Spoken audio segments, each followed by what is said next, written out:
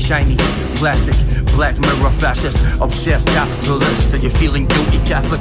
Pretty, picturesque Facebook status, happy family and happy marriage, like the magazine pages, superimposed with Photoshop and happy faces. But cancer doesn't exist, and your daddy lives for ages. And the black babies with the swollen bellies are only moments on your telly until you switch it off and put your makeup on. So walk your dog vegan and put your makeup on, posing perfectly pouting and put your makeup on. Hypocrite, selfie, snowflake nation, not making a difference, not voting, not independence, cause it's irrelevant to how your hair grows. You're pretty, and it's a pity that you're prepared to perpetuate your particulars on Instagram and prefer not to educate and overcomplicate an avocado. Like you know the answers to the problems of this world.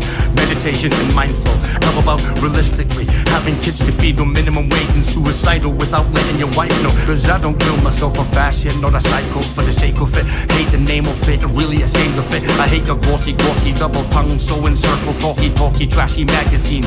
Like Sebastian's dreams, your friends are just old plastic, and it's lonely out there. I don't care about your implants or artificial intelligence, agony ants, chitty chat irrelevance, designer shirt and pants. So keep on spending, goodbye pretty people. It's such an ugly ending, keep pretending, keep on telling yourself that you're so important, like everyone else. Pretty people, pretty people, pretty people, pretty people. Pretty people, pretty people, pretty people, pretty people. Pretty people, pretty people, pretty people, pretty people. Pretty people, pretty people, pretty people, pretty people.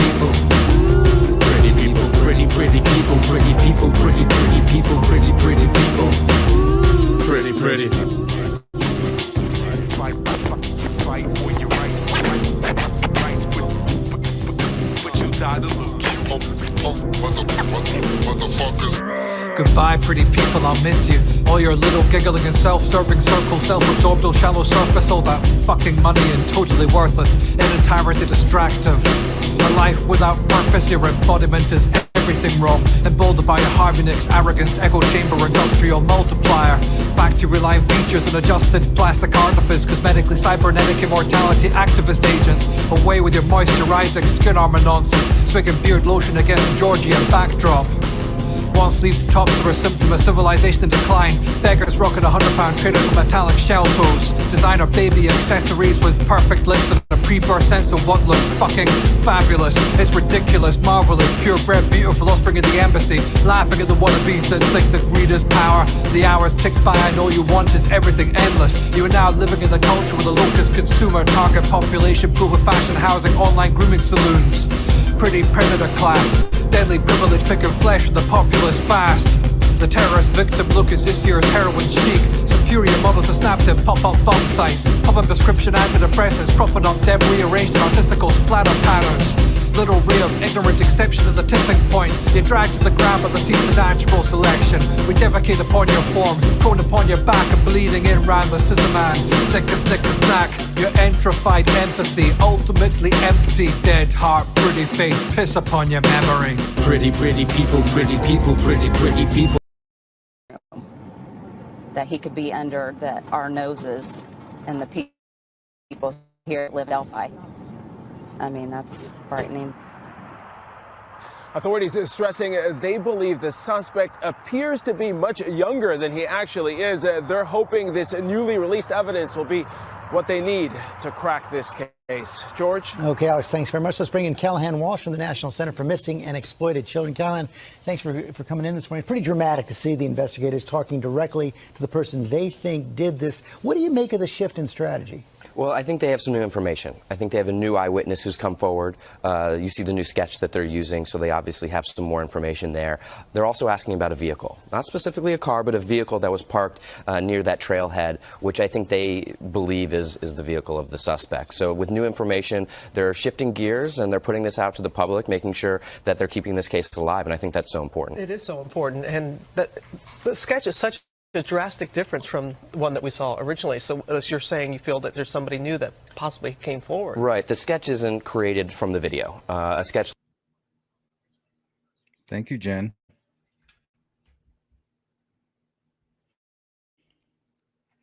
Jen, I appreciate you supporting this channel.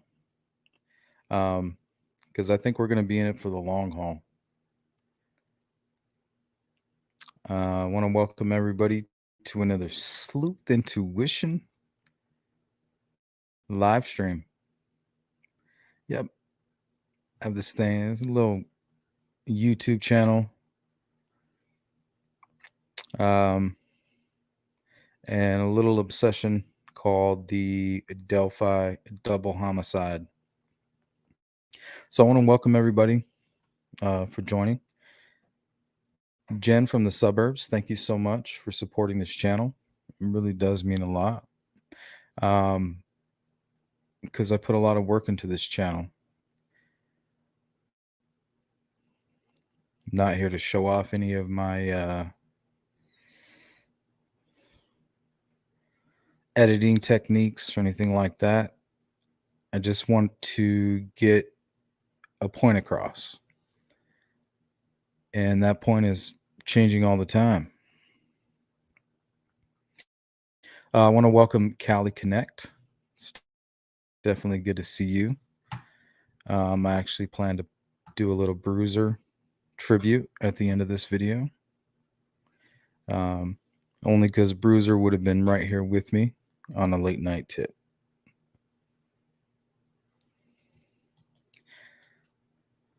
What's up, Tina? Member. TTM Fangirl, always good to have you.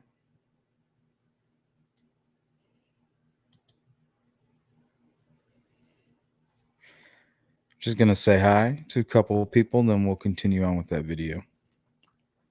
Sorry. Room started filling up. Jules, hey. Hey, Peace. Tattoo. WL, how are you? Thank you. Much love right back. All right, let's keep going. Like that is mostly done when someone is describing what a person looks like. It's not a computer-generated image from that video or anything like that. And so it could be somebody that they interviewed in the past, or it could be somebody new who came forward. And I think that's why they're looking inwards at the community, hoping that others come forward as well with any information. You know, people sometimes think their tip may be insignificant.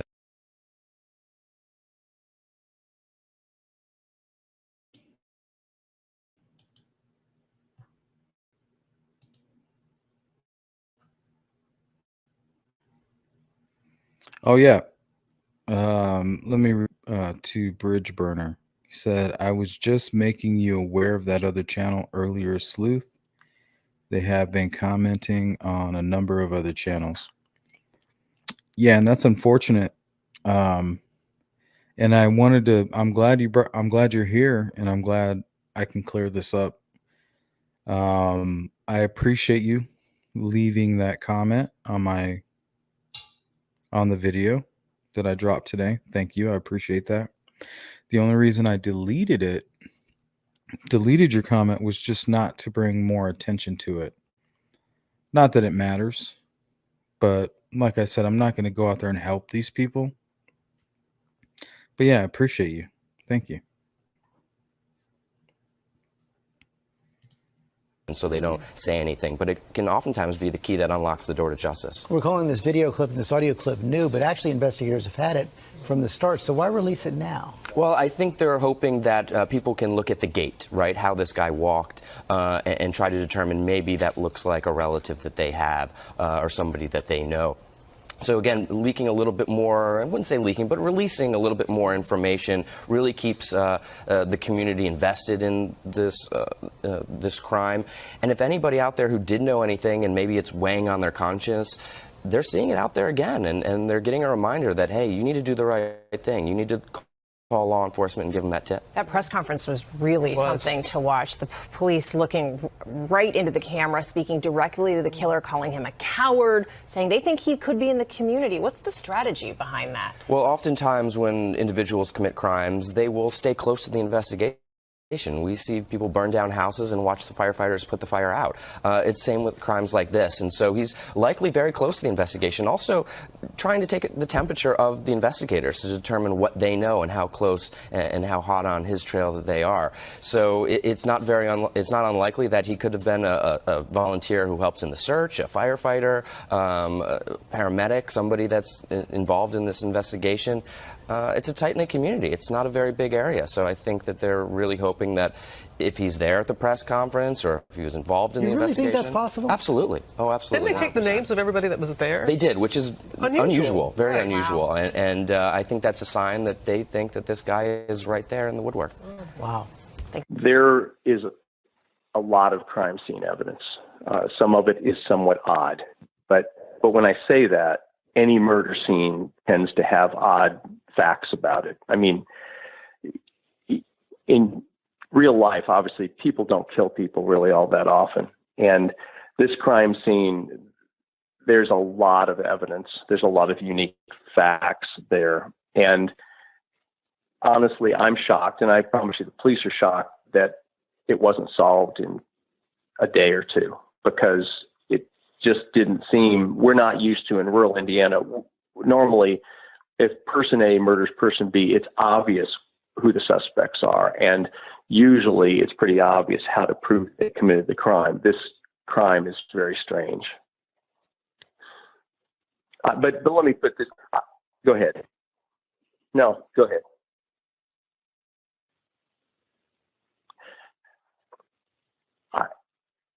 No, I mean, the crime scene was physically strange, but that's for the state police to decide what to release and not release. I've said that before. It's very odd.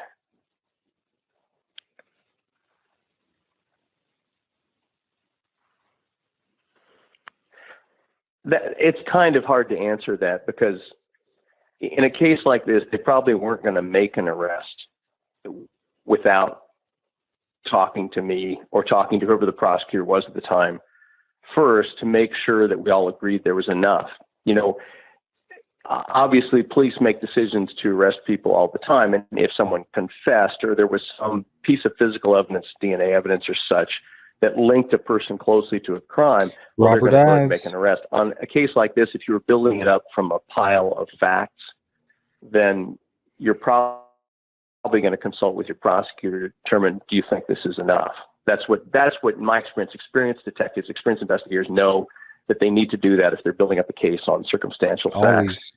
But if you had enough to file, what you do as a prosecutor is you deal with the people most closely related to the investigation, and you go over and over the facts.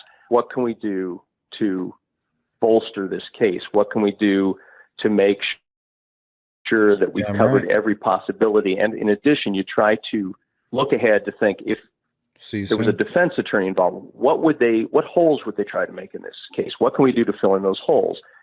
And so when you're dealing with some... Tina Miller, she hit it right on the head. Wonder what was odd at the scene. What was odd? What made them local? And what made it non-secular?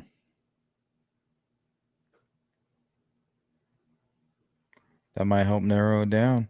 Just saying. What's up, kid? Check the rhyme.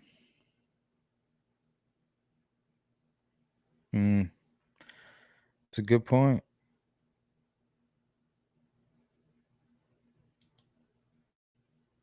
Hey, Tina.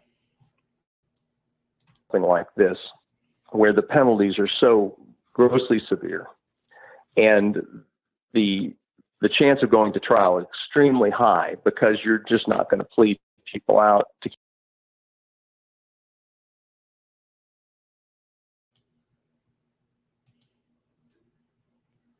Yes. The signatures at the scene. Because that's what Robert Ives is referring to. Extremely strange. They think, after looking at the crime scene, they believe he's local. Non-secular. What does that all mean? What could that mean? They're giving you the boxes to check. Check the boxes. And let's find out what it is. Cases like this, or even if you are, you're going to have an overwhelming case to convince them that they need to take a ridiculously, I shouldn't say ridiculous, a horrendously strong penalty. Then what you're trying to do, as I say, with the police is you're going over and over. Do we have this covered? Do we have this covered? Do we have this covered? Do we have every piece of physical evidence that we send every?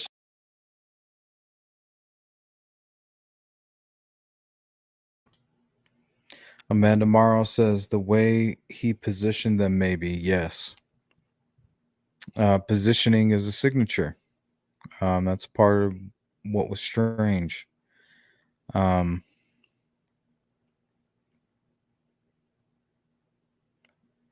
you know the crime scene in its entirety, you really don't know what that means. Honestly. Single thing to the lab. Is there anything else that we've forgotten that would make this case stronger? Is there anything else we've forgotten that would prevent a weakness from appearing that doesn't really exist?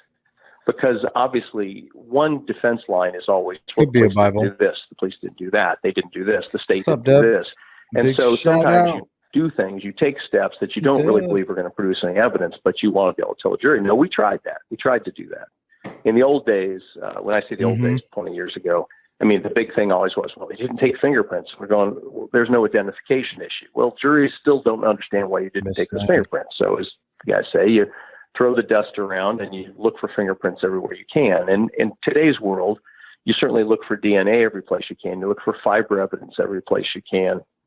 See the sketch we've been seeing and to see this now, it's like, it's completely different.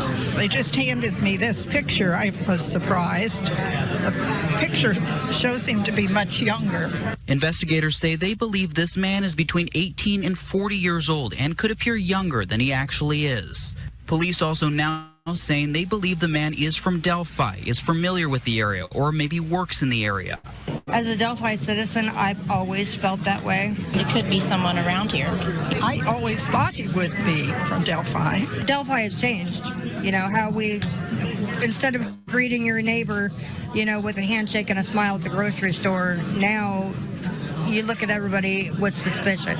But with all the frustration, there's also new hope. I think they will. I hope so. I know I'm from Kokomo, and we constantly keep our eye open. I hope we get closure, yes. Soon.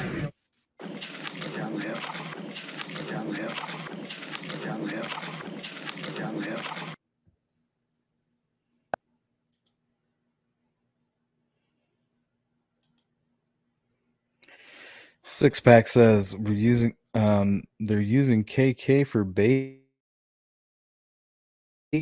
to get them to identify BG.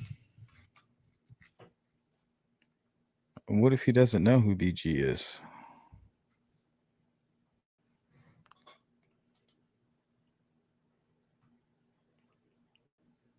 What up?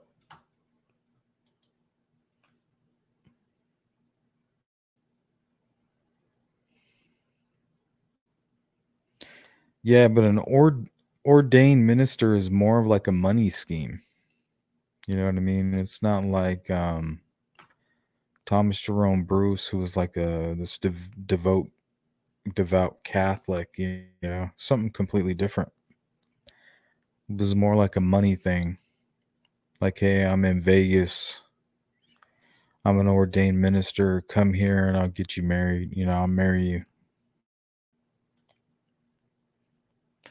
Miss Thang, what's up? This is the only channel I'm a member of so far. Love it. Thanks for... Oh, that's awesome. Good. Because usually when I'm dropping stuff, it goes directly to my members. Like, I'm sorry, subscribers, but I got to show love to my more love to my members than anybody. They're actually like subscribing. Like, you think you're crazy, they're like even crazier. So crazy has to go to the crazy place. One flew over the cuckoo's nest.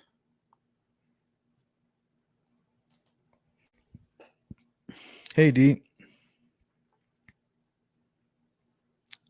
What? That's strange.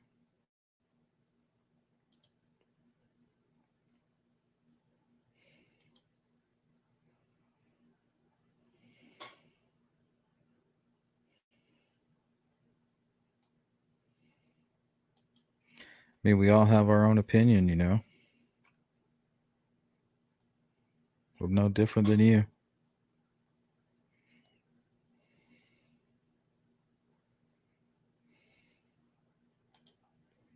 What's up, geek? All right, Bridge Burner says, do you remember hearing that there were many kids and people at the trail when Derek went back looking for them and saw a flannel shirt guy?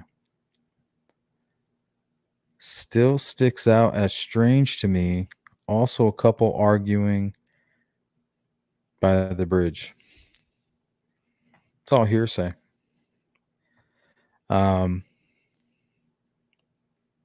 Most of this information comes from the family.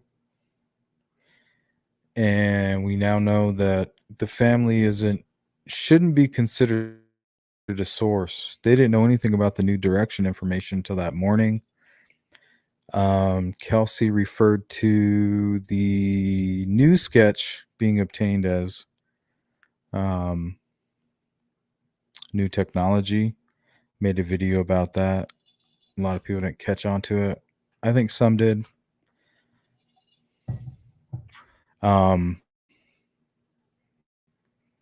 There was a few other instances, but yeah, just because it's family they're not law enforcement.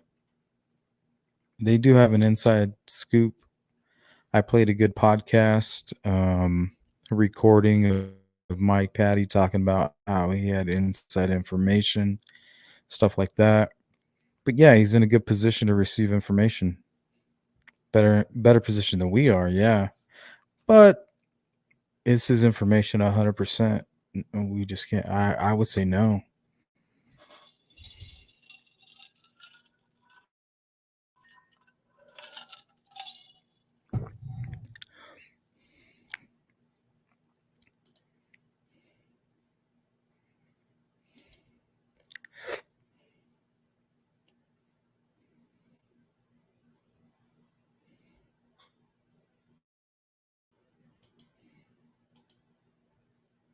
Jari says none of those religious things are extreme. They're perfectly normal religious items. What do you mean? Who said that the religious items would be extreme?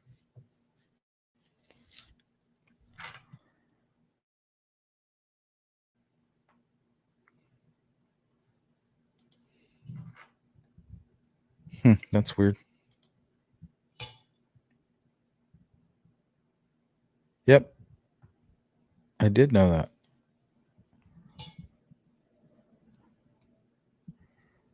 Yep, sticks.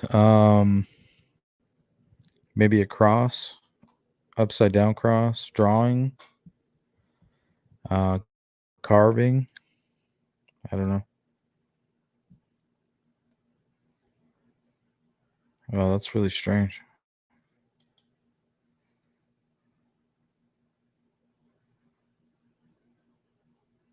That one's to Bridge Burner. Not when Derek went there. When Kelsey dropped them off, she claimed that.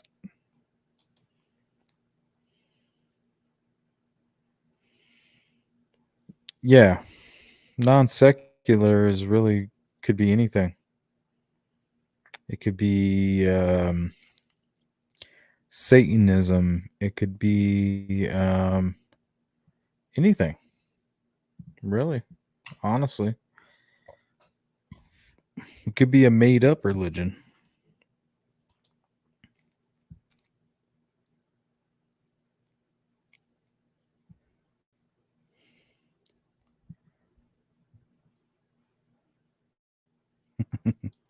Hey, Jules.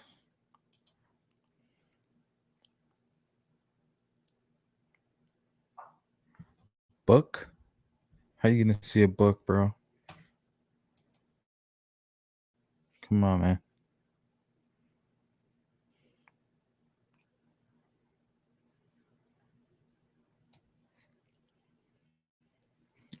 Cheyenne, not suspicious at all.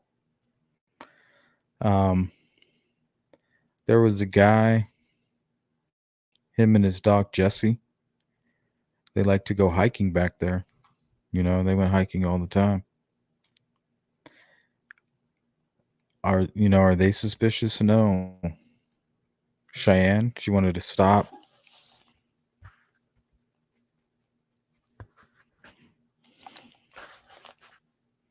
Yeah, I don't think it's suspicious. Only because that's the kind of stuff I would do. You know, I'm like, oh man, like today was a rough day. I'm thinking like, what can I do? You know, my time, for my lunch break or whatever. Or I have some time off. Oh, there's, the Monon High Bridge. Sounds like a great place.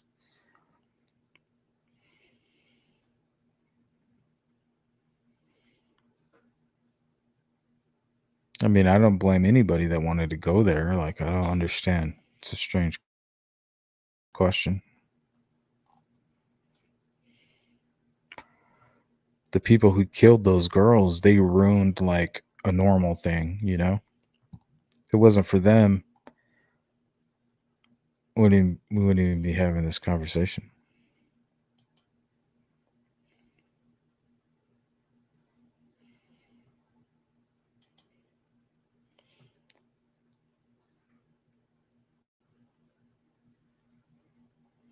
When did I say that the site was extreme?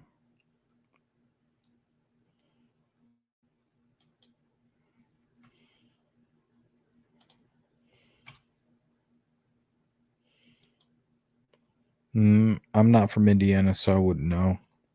I hear that it is.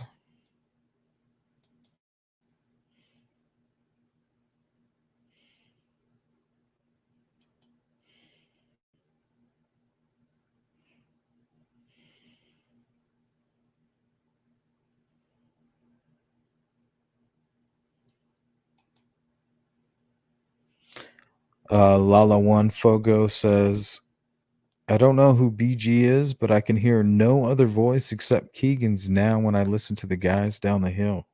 To me, it sounds exactly like him.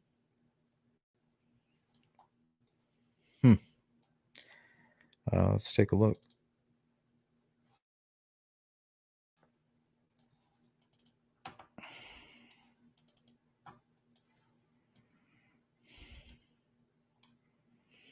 I did a little comparison. Let's take a listen.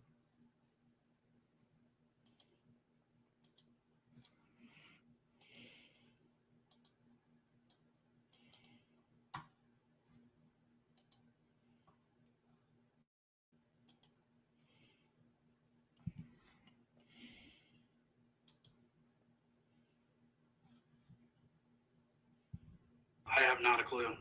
I think it's because they said I was the last person to talk to her, is what they've told me. No, never. Not at all. And I gave up my DNA, a hair follicle test. I've done everything they wanted me to. I have not a clue. I think it's because they said I was the last person to talk to her, is what they've told me. No, never. Not at all. And I gave up my DNA, hair follicle test. I've done everything they wanted me to.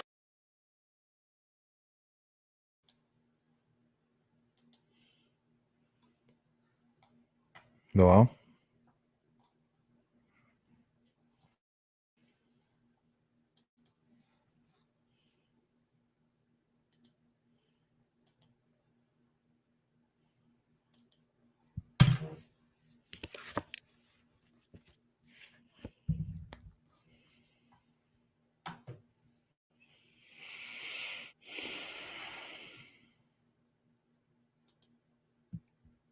Yeah, I've seen a lot of Odinism.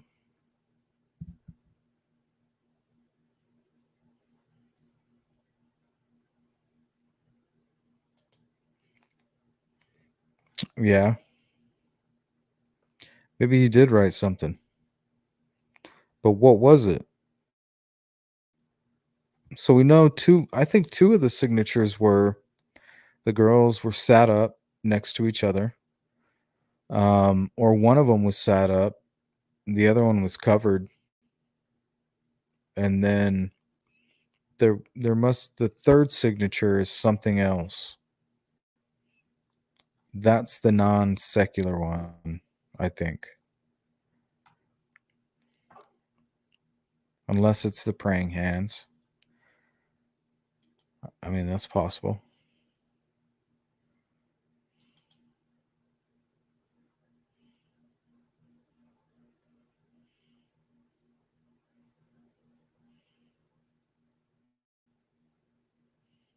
No.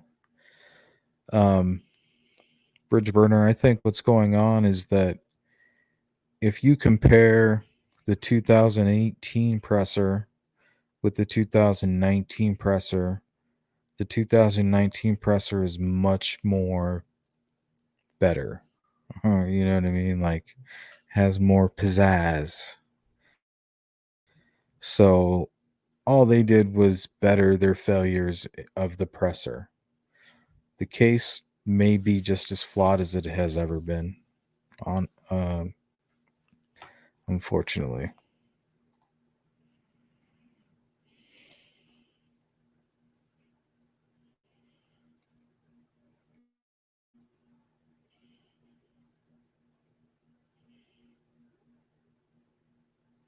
Yeah, could be random.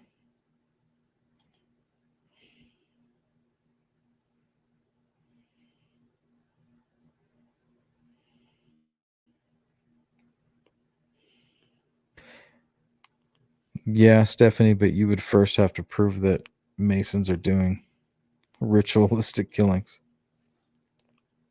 Corrupted officials. Yep.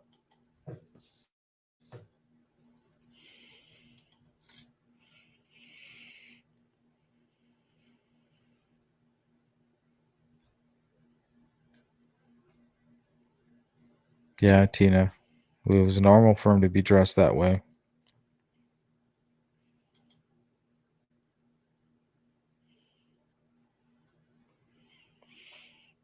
Hmm.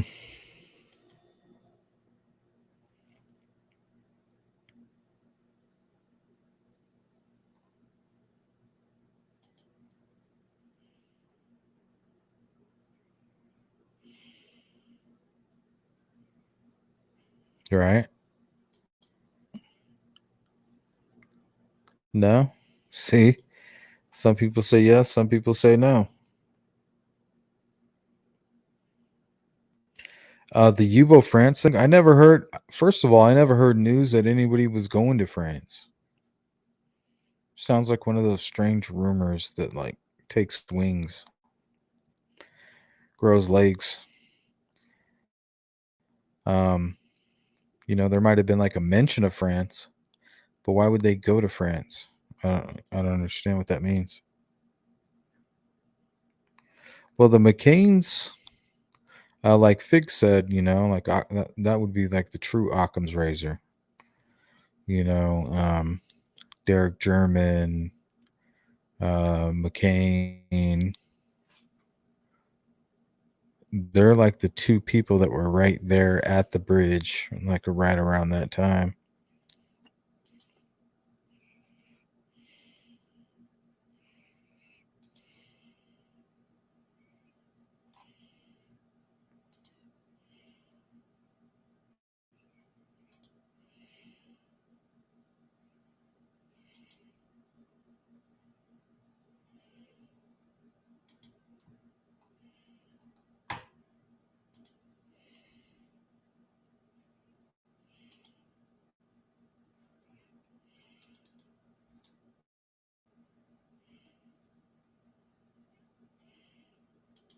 Police will not hold a news conference today on the 3-year anniversary of the Delphi double homicides. That's different from the previous 2 years. So where is the investigation now? And is this a cold case? We took those questions directly to the state's top cop. But we're still as energized now as we were the day after. No one questions Indiana State Police Superintendent Doug Carter's passion to solve the Delphi double homicide case. Every time he talks about it, you can see it in his eyes. It's easy to throw around the cold case idea. Nah, we're not even close to that. 3 years after the homicides, police are continuing to keep what they know close. We asked, but Carter couldn't answer. What we know is what we know, and we're not ready to talk about that yet. How close are you right now to getting this solved? One piece away. One piece away. Eventually somebody's going to do the right thing. Might be the killer himself. Might be somebody that knows who he is. 2 investigators still work full-time on the case from the Delphi City building. The ISP Laboratory Division, Intelligence Team, and Fusion Center are still combing through the now 50,000 tips. When we're done with all we have, we start over. Again, I think I got 18 tips yesterday. Just me, here at my desk. It's easy to be our own detectives and criticize the actual ones, but Carter says they accept that pressure. And I'm so proud of them. I'm so proud of them. We can't talk about what we think. Everybody else can. Or what they believe happened. We can't. There's been some criticism of me, and I'm willing to take that. I can't explain all the things that I know. That's because only police and the killer know. He has no idea what we know, but one day he will. This is a different type of case because police have almost everything they need. I can't think of a time in my entire career or in many other careers that we have the voice of the person we believe is the killer, a photograph of who we believe is connected to the murders, and even the one piece. We just need the one person, the killer, to come forward and admit. A snippet of how he moves. Carter says more information could be released in the future, but for now, this is what we're getting, and he thinks it's enough. Somebody knows. He cautions you to remember the 2 sketches are not photographs. I believe that eventually we're going to be able to say, this person's the killer, and there's a combination of those 2 images that'll land on his face, whatever that might look like. Carter, this is one of his priorities in life. Even if it takes another year, he's going to get this solved. If we hit year 4, I hope we're sitting here again. But we will do everything within our power and within the parameters of law to find the individual that did this to Abby and Libby. A memorial service is being planned at Delphi United Methodist Church tonight from 5 to 7. They're taking donations for food and pet supplies. And if you know anything in the killings of Abigail Williams and Liberty German, send your tip in. Call 844-459-5786 or email abbyandlibbytip@cacoshrf.com with any information. Mm-hmm.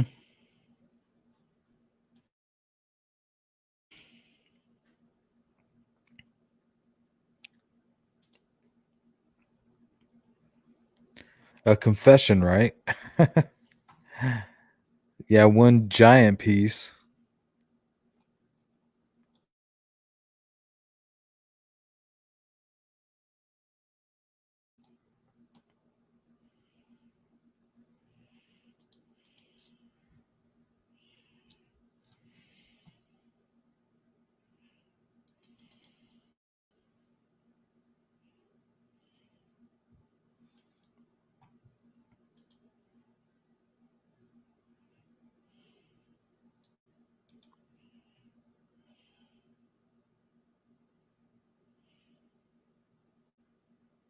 Yeah, Skullbuster.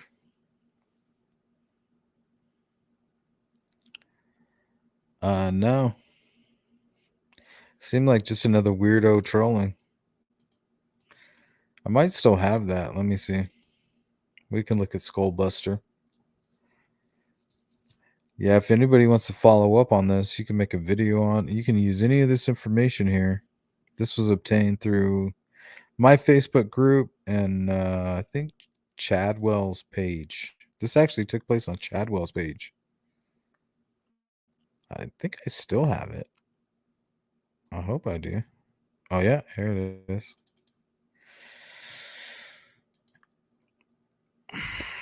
Let's take a look at Mr. Skullbuster.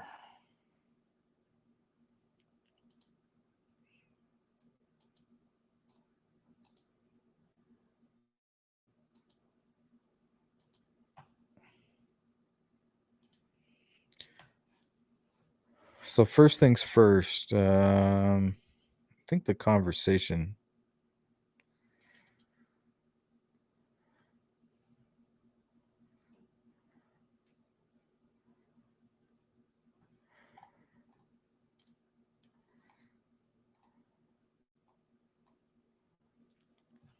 Let me get rid of that.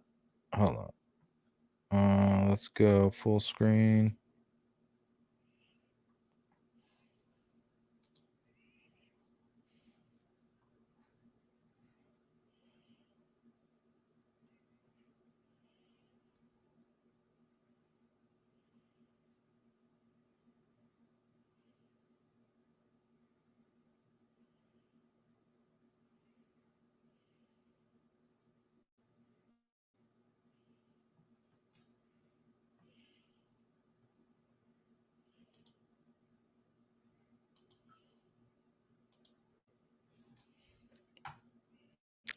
We go to the next photo.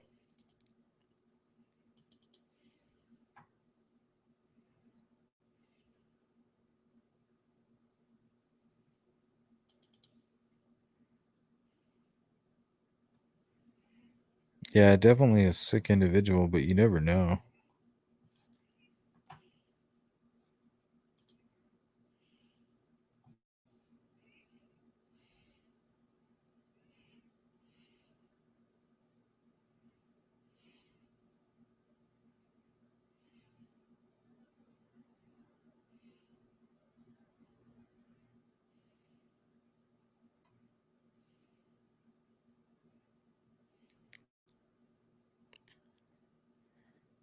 So yeah, I think they're communicating on Chadwell's Facebook page, and this guy's like, no reason an innocent person should, be punished.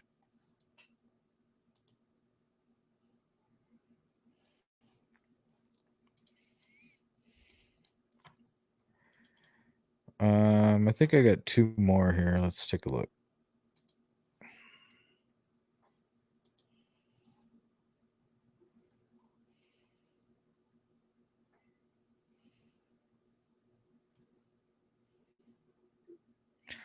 Says, yes, he's a pedo, but I'm the one that killed those girls.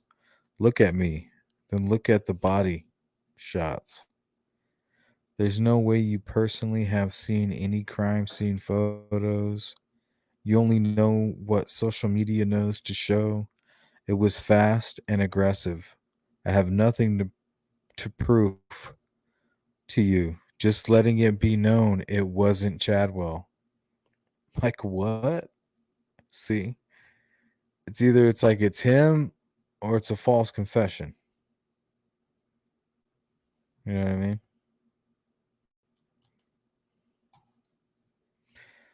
I think there's one more of the conversation here. Let me pull that up and then we'll talk about it.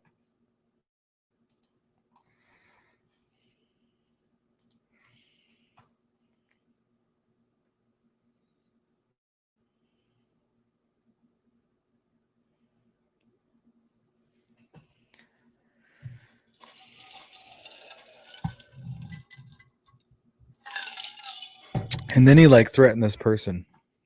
Isn't that fucked up? And this guy isn't hiding at all. Let's look at some of his images. Let's see. Here, we'll start with the full body.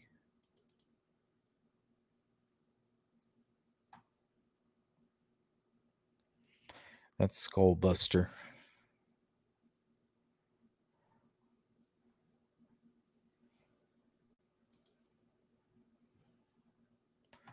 And those shoes are very interesting because some of the images on the bridge look like large tongue shoes.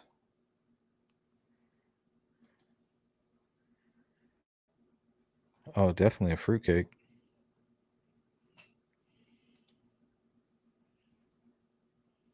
Yeah. I mean, I didn't capture everything. I captured as much as I could. But he has images of knives anyway. You know what I mean? He talks about knives. Yeah, his Facebook's still up. It's under like Strangler. Funny thing is that I tried to message him early on. So now I'm like connected to his Facebook that he keeps changing. So I keep following it. And he actually visited Delphi recently, which is really creepy. So yeah, this guy's a good POI. But I mean, you just can't go around talking about people because people freak out. You know what I mean? You don't know what to do. Yeah, I'm thinking a gun was used to intimidate, and then a knife was used to kill.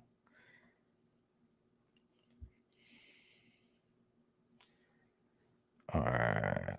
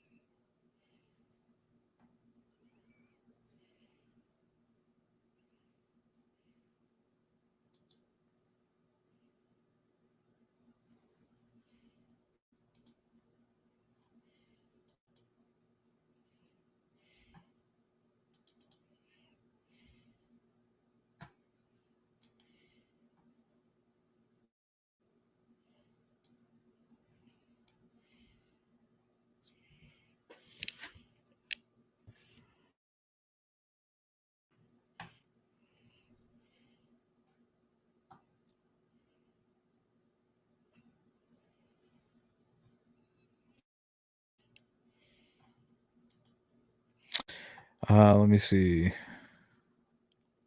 I might have a couple other good ones. This is the one he sent. This is the one he was like, "Look, I'm Bridge Guy."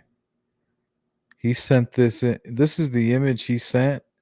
It was like, "Look, I'm really the one that is the Bridge Guy, the man in black." Look, does that remind you of the man in black?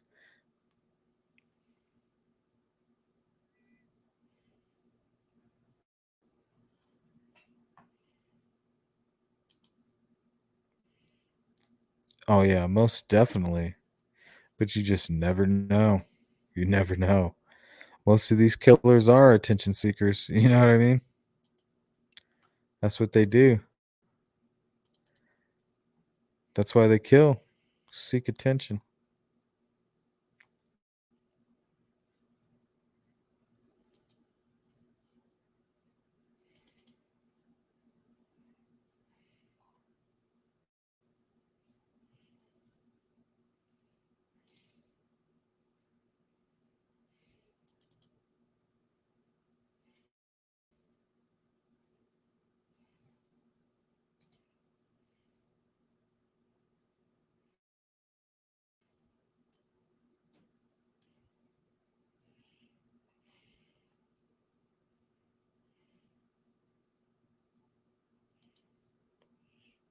No.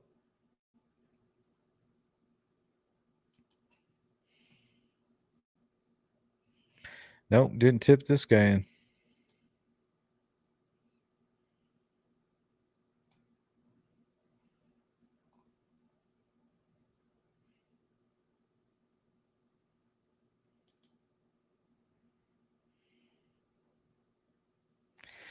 Why not start your own YouTube channel? Then you can invite him on there and you can interview him. How about that?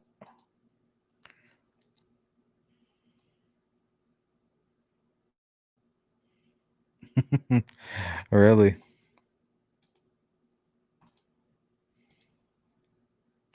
Here, I'll do one more of this guy.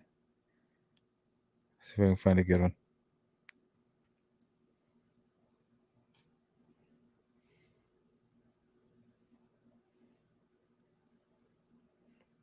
That might be it. Yeah, that's it.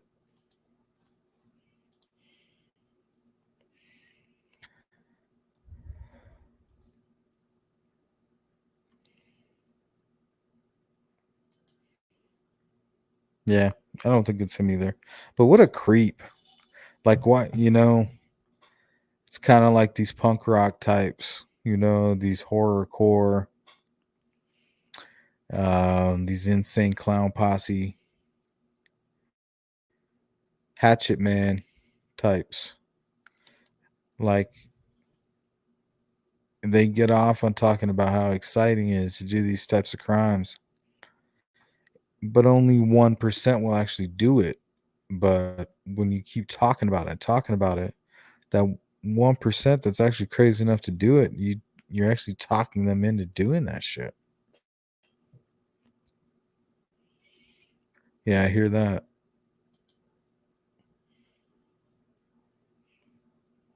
Yep, clout chasing. For sure. That's what I said.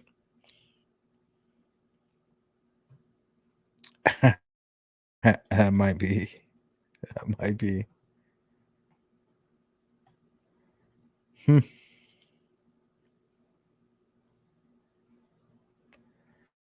I don't know. I mean, it's got to be some kind of misdemeanor.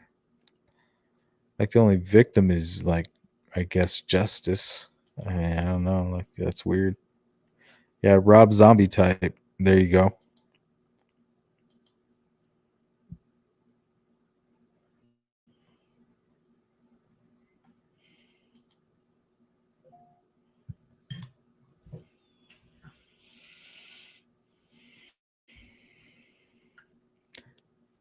All right, we're at the 1 hour mark. And that's when I told myself I would go ahead and share this.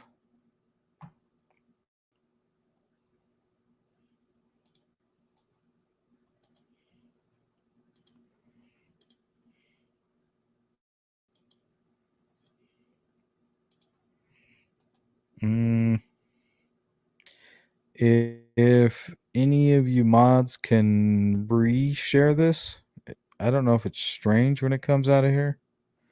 I'm not sure. Use that link and call in. Anybody. As long as you're not going to show your winky.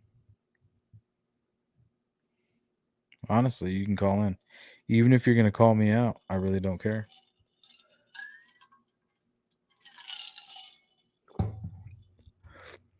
But yeah, we're at the 1 hour mark.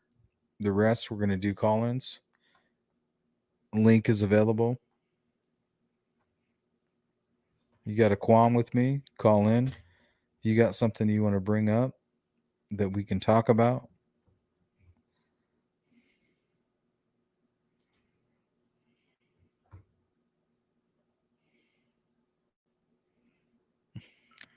Geek mom.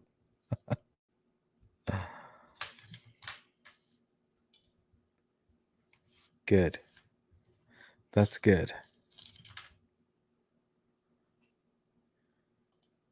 No winky sharing. And even if you did, I'm going to block it anyway. Because anybody that comes up on the screen, I'm going to put up an image and just going to block everything. And then I can see what you're doing and then I can just kick you. So it's pointless anyway.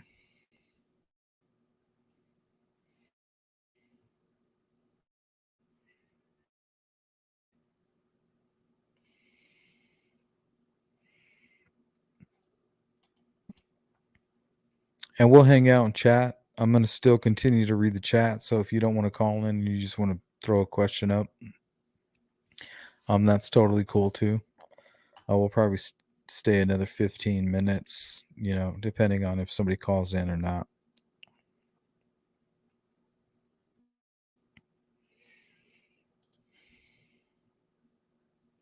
If you call in, you don't have to divulge your identity. You can choose to share your camera or not, your own name, your name of choice. Once you join, I don't know who you are. I don't know who called in. So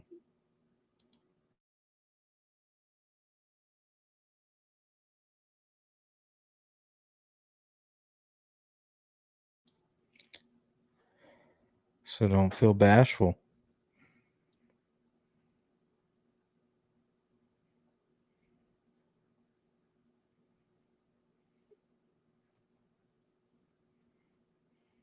Okay. We have a gutsy one here. Hold on.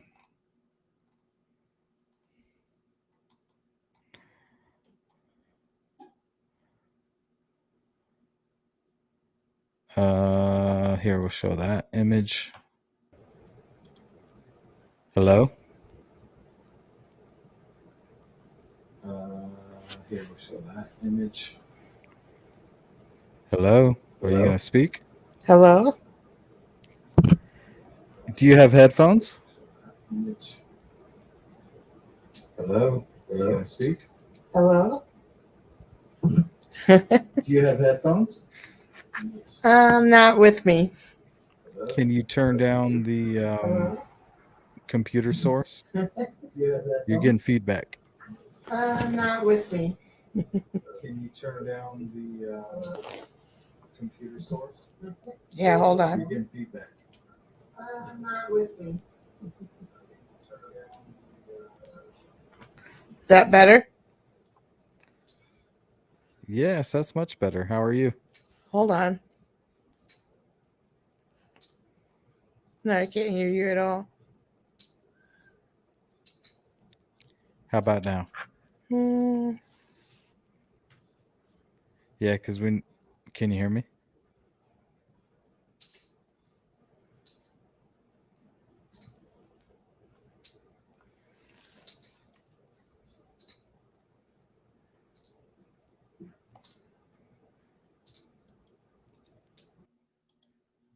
Okay. Sorry about that, guess. Call back when you if you can find some headphones. Go ahead, and any headphones will do. Any headphones that you would plug into your cell phone, boom. Plug them right into your cell phone, plug them right into your laptop. Anything that has a microphone, anything that doesn't allow your speakers to blare into your microphone. Yeah, that just doesn't seem to work. Once you get some headphones, call back, and we'll give it another try.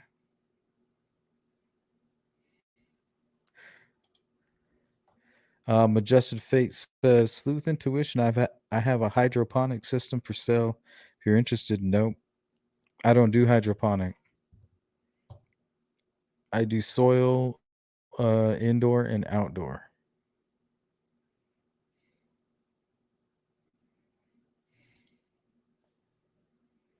And the caller who was just calling, yeah, make sure you call right back. If we can post that link again, that'd be great. Yeah, but you got to have headphones with this system. Headphones and some type of microphone. Doesn't have to be fancy.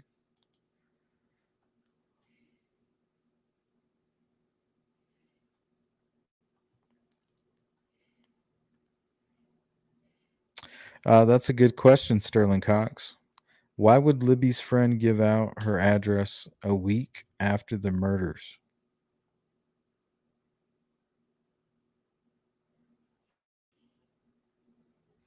That's a good question. Because obviously that means that she didn't know Anthony Schatz was Keegan Klein. That's my only answer to that.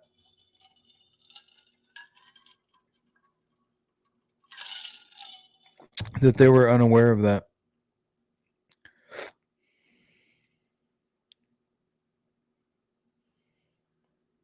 And she was still, the murders happened, and this person was still interested in Anthony Schatz. You know what I mean?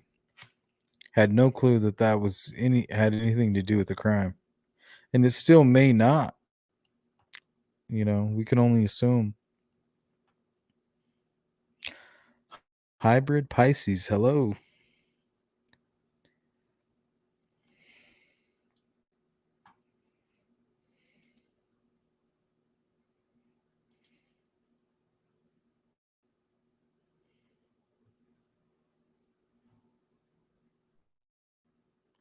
Oh, backwoods, huh?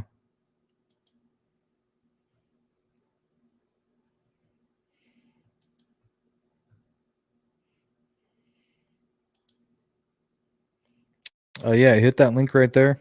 Call in.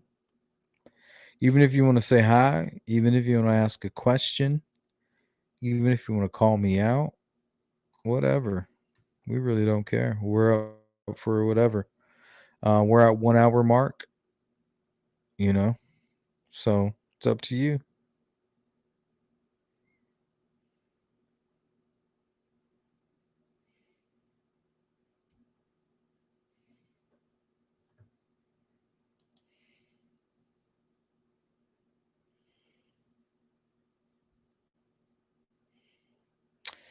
Um,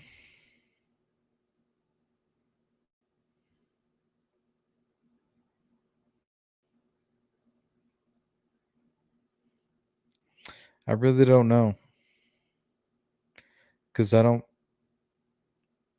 think there's anything dumb about a theory. A theory is something that's just a theory. Um, I don't think I would put a theory and dumb in the same sense because a theory is just, it's kind of like a thought. You're not putting any value to it. All right, let's try this again.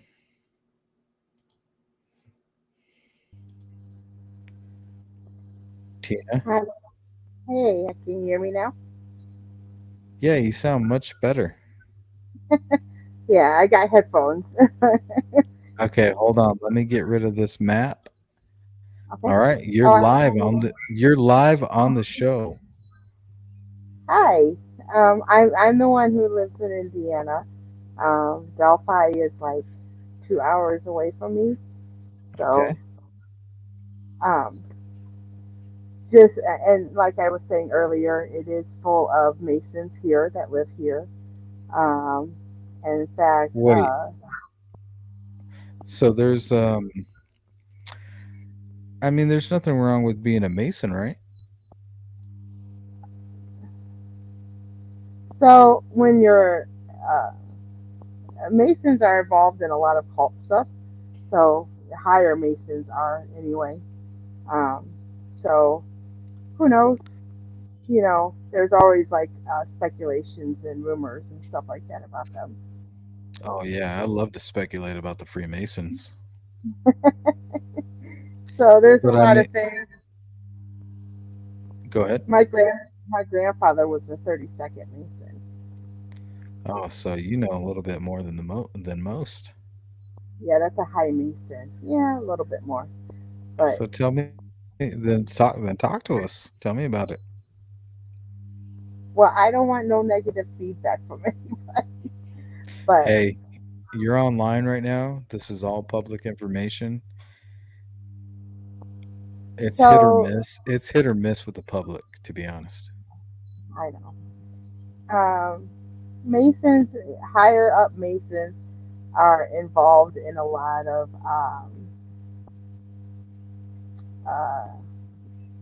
I want to say like witchcraft stuff. So I don't know if that's the proper word to use for it or not. But Well, do you think that witchcraft is bad? well, Well, let me ask you this. Is Wiccan the same as witchcraft? Wiccan, Yeah. no. So there is a high there's a high witchcraft ring in Indiana that will do sacrifices and kill animals and stuff. Not really heard any about people, but I mean, I'm sure it can lead there. Oh, I've heard stories of that hmm for Yeah. sure.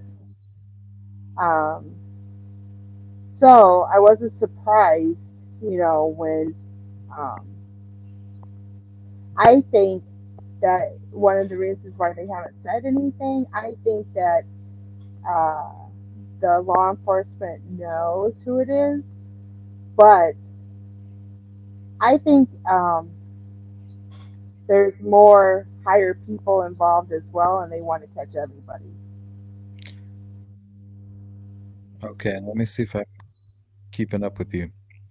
So you think that do you think that there's a conspiracy with law enforcement, or do you think that there's a conspiracy just within the general public, and they want to make sure they catch that public conspiracy that is kind of branched off from the Delphi investigation? Or do you think the law enforcement is somehow involved and they're covering it up? I think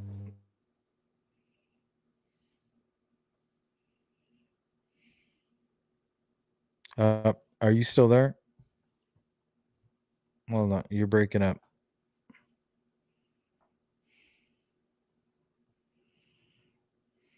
Well, we lost our caller, Tina.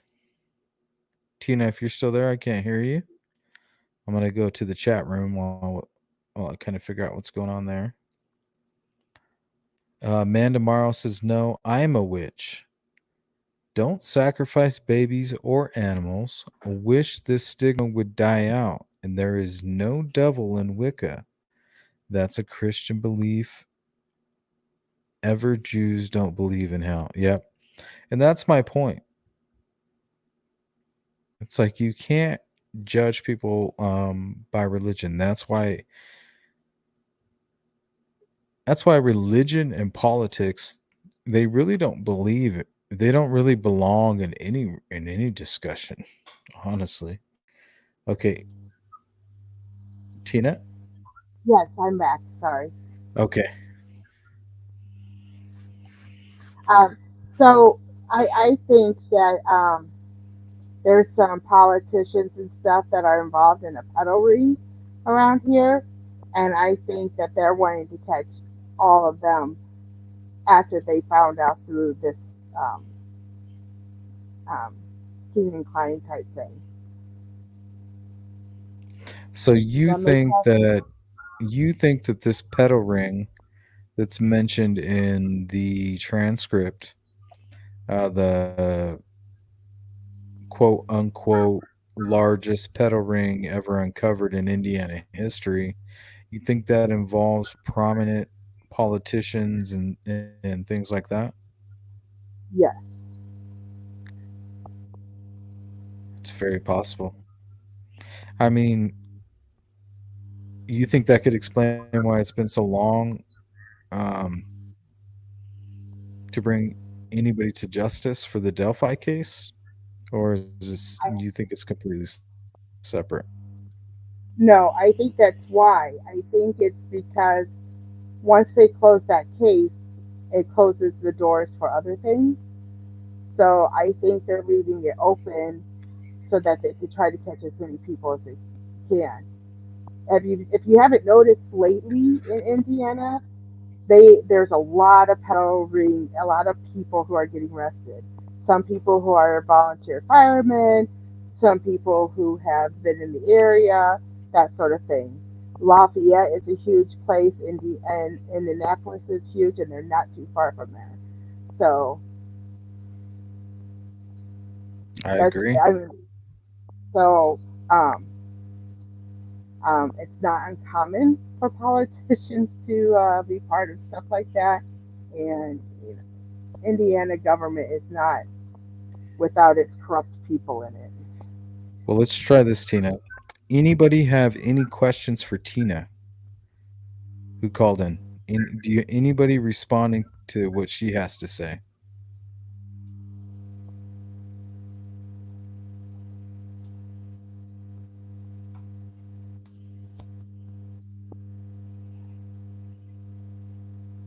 How local are you, Tina? I live 2 hours away from Delphi, You've been Delphi, there? Indiana. You've gone And my over whole there? life, I'm to Delphi. Yeah. Um, I have gone past Delphi. I all the time. My son used to go to school in Purdue Lafayette. So, and then my other son went to IU, which is further down after Indy. But so Delphi is just right off of Lafayette. Just right there, huh? Someplace you Yeah, guys might stop and grab lunch or something? yeah, very. I've never actually gone to the town, but I don't live far from there. You've been there? No, Have you been to the no. bridge? I passed it under it before. Yeah, Okay. not the Monon Bridge, but the Freedom Bridge. Freedom. Yeah, Yeah, that's that's crazy. the one. What is that like driving through there? Well, Erie now. Yeah, It's a tell me how very it was. Tell me how it was just normally, and then tell me how it is now. it's just a very eerie feeling knowing that what happened there, and like they said, that that person is still around. I don't think that person has killed before. I think maybe I don't know if it was an accidental, like, well, no, I shouldn't say that. I don't think it was accidental. But if it was Tony who ended up killing them, Premeditated, I think, is the word you're looking for. yeah, Premeditated. I think maybe he got angry that she brought Abby along with her, and I do think Yeah, it because was we heard, partially right? related. Isn't that part of another statement that he was upset, right? That somebody he was trying to meet brought a friend. Didn't we hear that? Yeah, yeah. Okay. And look at how he's acted before in the past when his rage and anger has gotten the best of him. And it And runs in he his knows, family. It runs in his family. and he knows police officers. So he's been able to get off without getting some convictions He because knows the a police few officers police officers. knows he does. A So few. see that too? Yeah, Walton and Peru. yeah. What was Very the interesting. question someone asked me? You had a question? Here's a question. Carol's got a question. Can you see it? No. Where is it? It's right on your screen. I'm going to read it to you. Carol Okay. Carol says, question, what does Tina think about cops saying at the start saying when asked, should people be concerned? People should use their judgment. That people Do you understand the that question? people, no. What exactly is she asking me? Okay, so media asked right after the girls were killed, should the public be concerned? And Tobe, he didn't think. He just spoke out like, yeah, like you should, no, you shouldn't be concerned, and he's kind of giving away inside information. He's like, you shouldn't be concerned.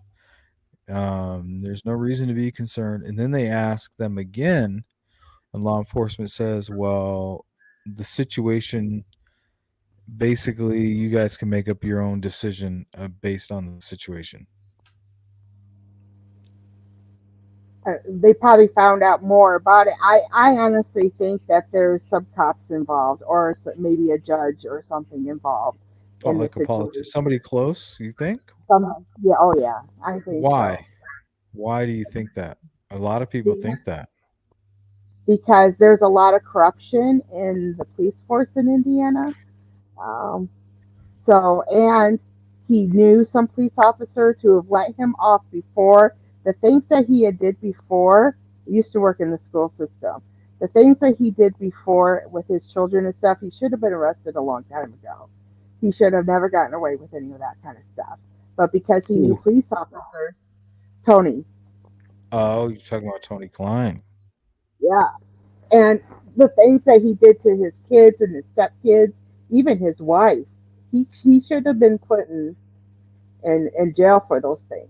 But he was never. And then he would just say, "Oh, I didn't take my medicine." It wouldn't matter if you took your medicine. If you cause an abuse to somebody, it wouldn't matter if you took your medicine. You would. That's still a crime. You have to be punished for that. But he got away with those things. And you're local to Indiana. What do you think about outlaw bikers? Where I'm from, we have real biker gangs out here.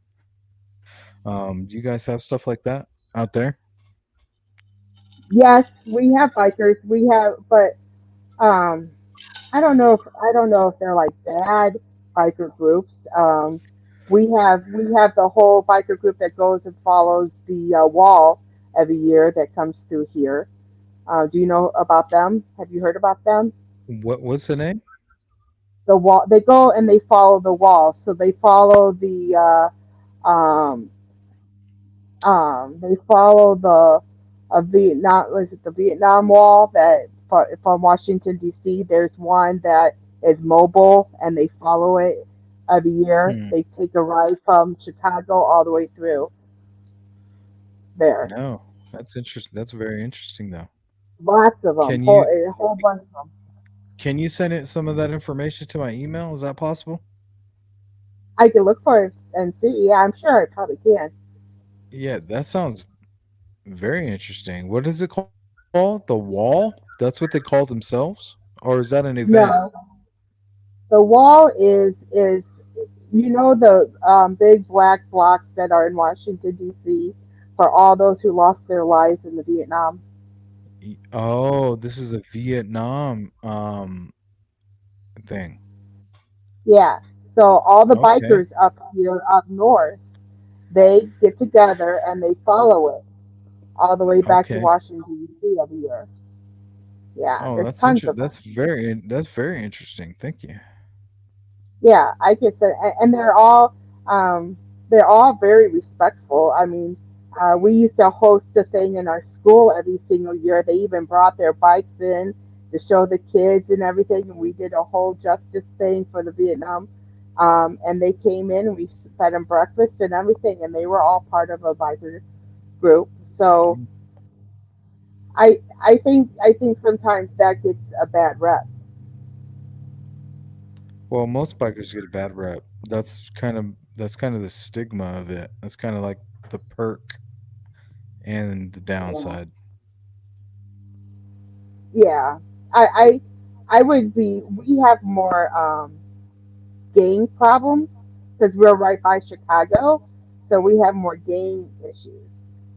But down Hmm. where Delphi is more of like I have a lot of friends from Chicago, so they say that we have like they go, you guys have those like back field yard killers in your hometown.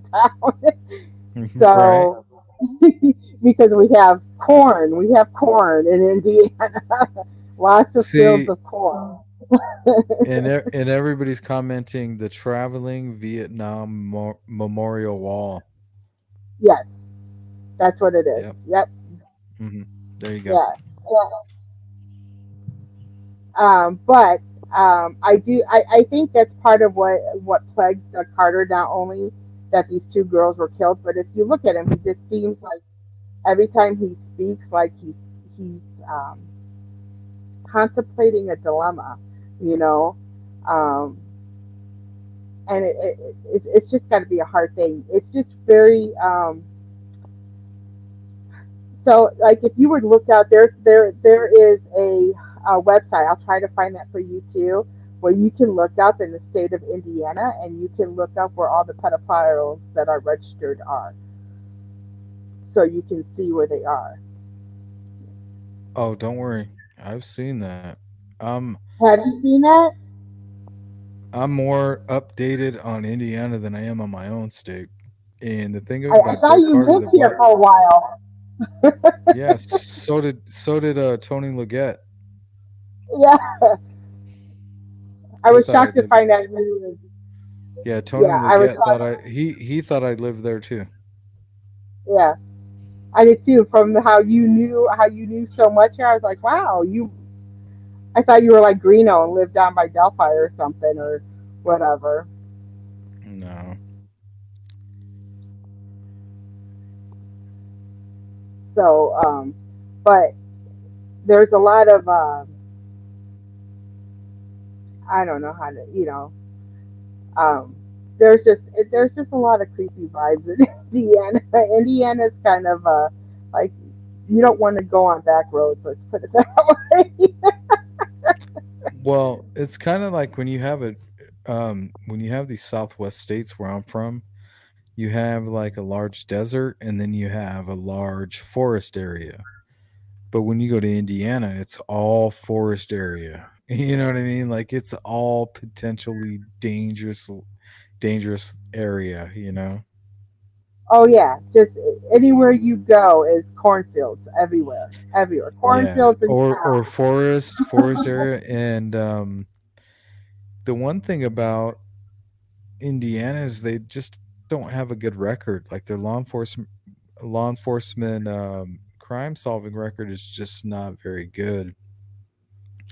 Because part of Um them a lot of times huh? are involved in, like, so for instance, we had a police officer here who was part of the drug ring here in Michigan City. That's where I'm from, and so he was going around and helping them distribute for a cut of the drug money and everything. He was helping them out. He finally, after 20 years, got caught doing it, but everybody in town knew it before they finally arrested him. Wow.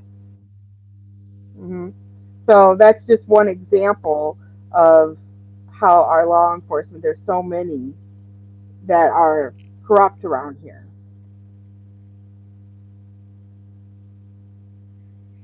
And yet we're Well, called the Bible about. you also have some questions here. Carol, hasn't Leggett gotten busted for something? No, he was actually he just became the sheriff of Carroll County.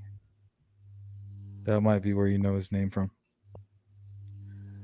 I spoke to him in regards to the JP stuff. He reached out to me and said, "Hey, I watched your video. Can you please send me the CD in the mail?" He gave me a personal email. Yeah.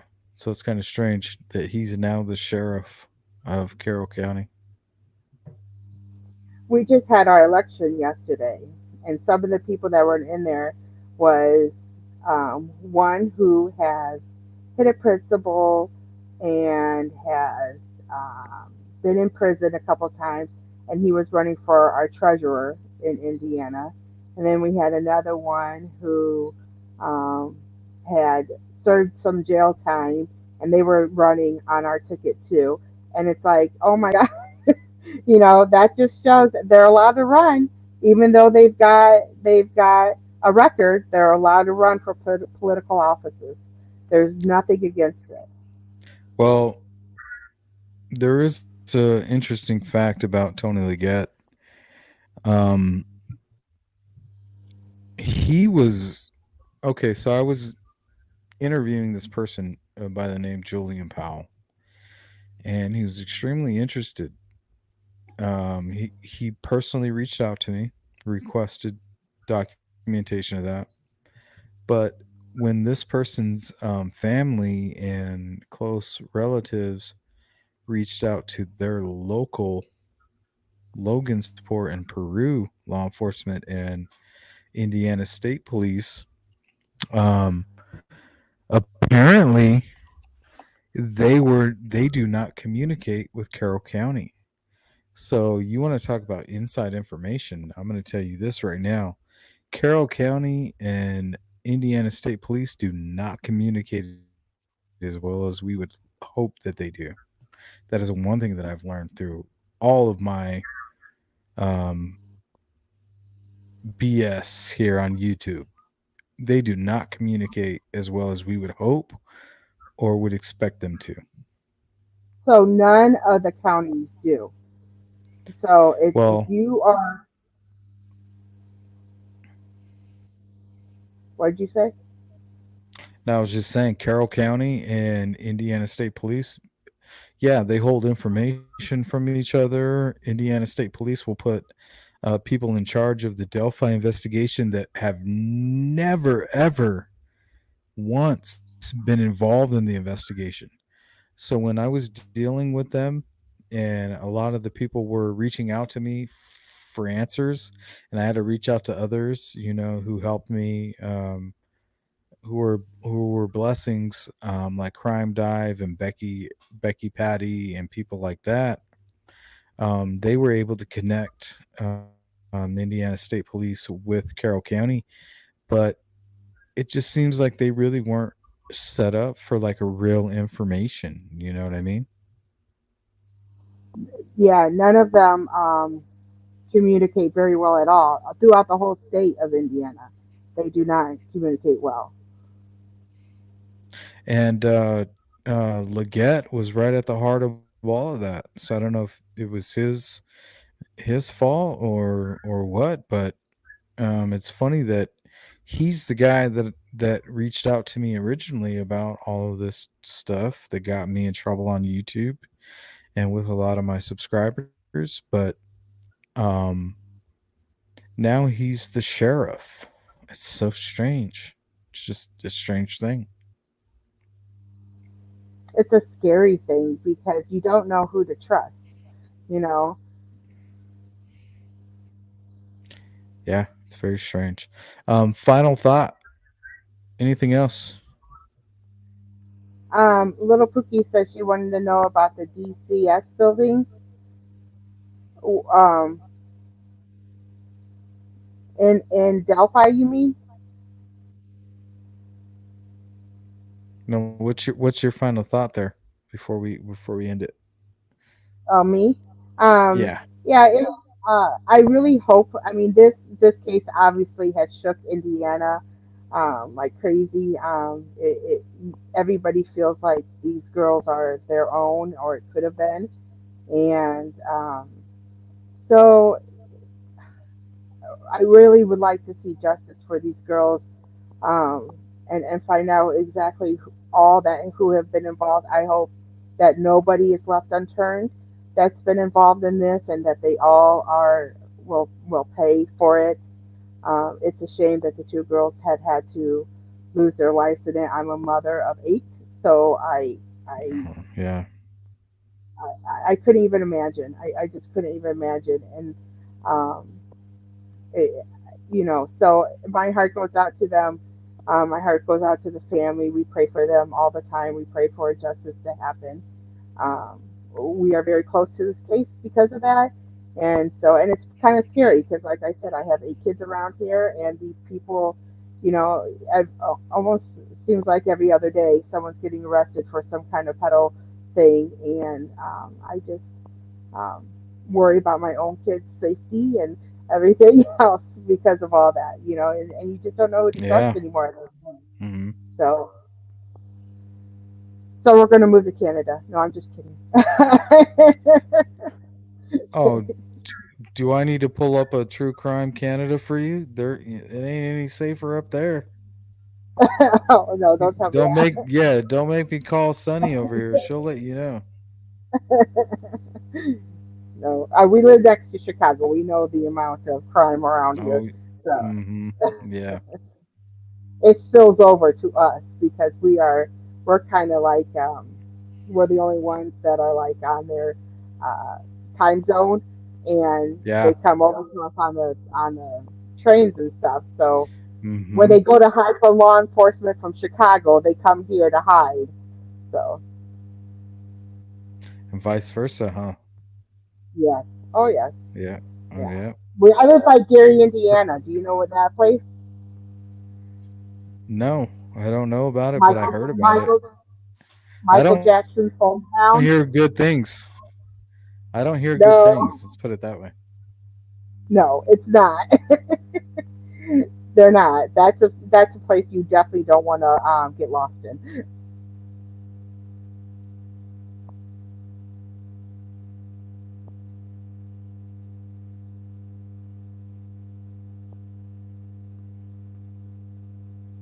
All right, Tina. Well, I really appreciate you calling in.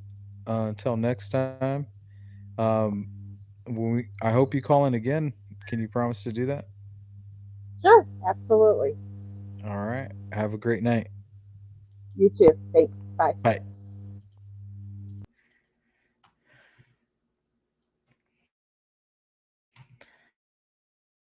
All right, guys. We are entering an hour and a half.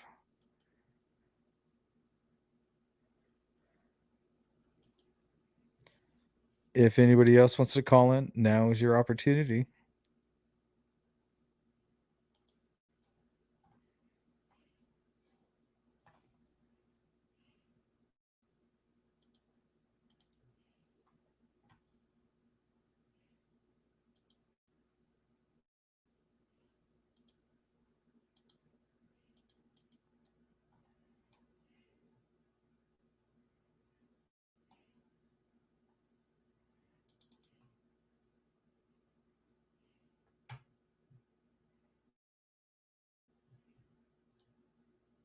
she'd listen to that, but like if she's in my car, she's in country, so she likes country. All right. What was going on in her life January, February 2017? What was important to her at that time? What were you guys talking about? It was swim season, so this was going to be the year that we swam together. It would be our first time and last time on the same team ever. So we would talk about that a lot, that it was her last year in middle school, so she was swimming, and so we talked about all the middle school drama that came along with sports, and a lot of, she was really into sports, so she played a lot of sports, so we talked about all of it. And so we talked about a lot about her freshman year that was coming up and the things that she wanted to do and the things she wanted to do together.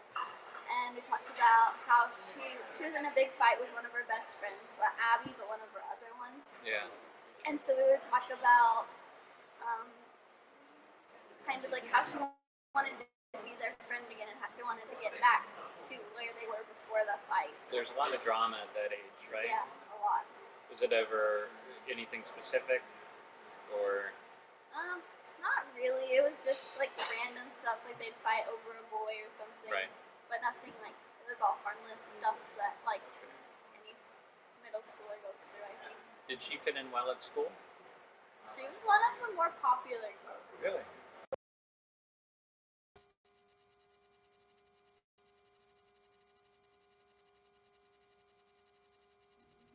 You hear that? She was fighting over a boy.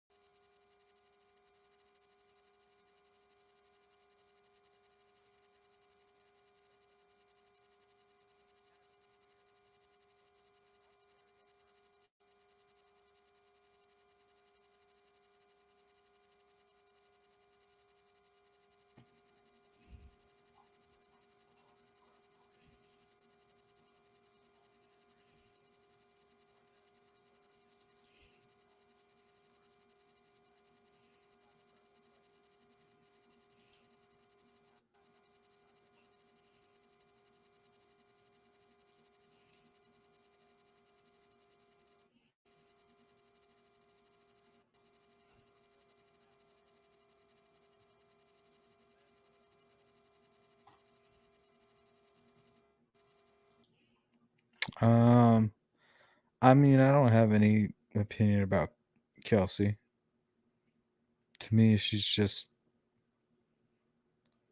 your everyday, big sister. People can't hold her to any regard at all. She's just a victim and she's done the best that she feels to be strong. I think she's done a great job, to be honest. Remember, she was 16 when this happened. Come on, guys. What were you doing when you were 16? You know what I mean? I'm nowhere near 16 now. I have much more experience. I'm just saying, what were you doing when you were 16?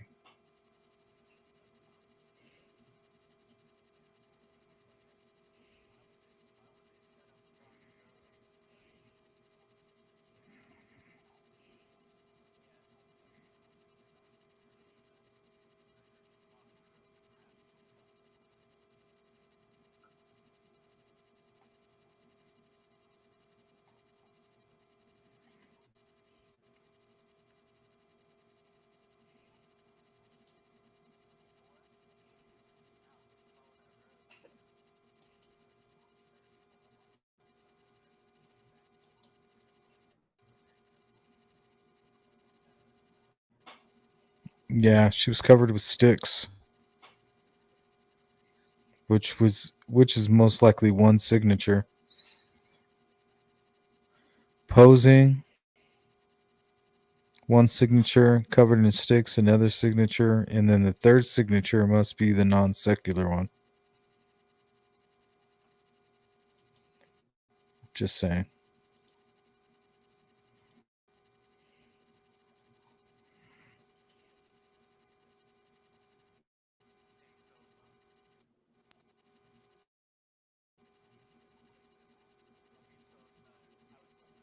Hi, Mindy. Yeah, just don't know if the shack plays a part at all. We got a close up on it though.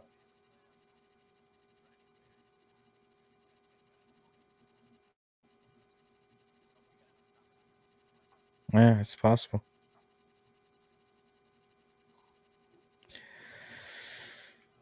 You never know.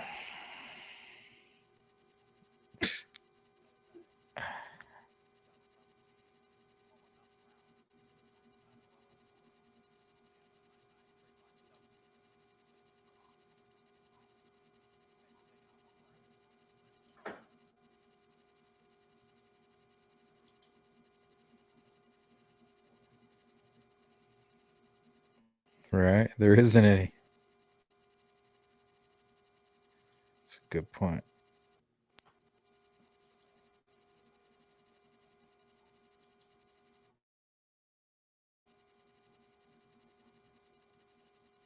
Yeah, she was 16.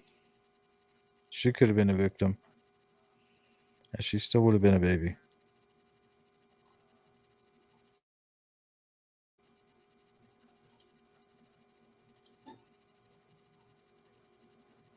Yep. Me neither.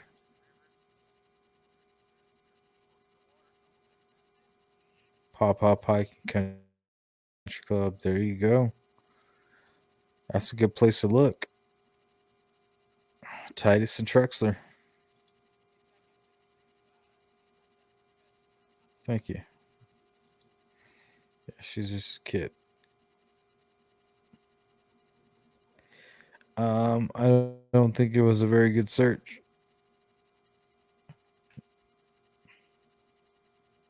Hi, Lynn.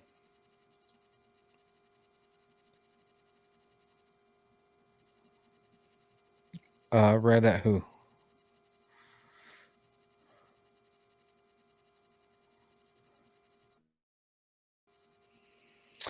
Carol says, Pookie, I have it. Say, oh, you're talking, you guys have a private conversation. Hey, Mandy, how are you doing?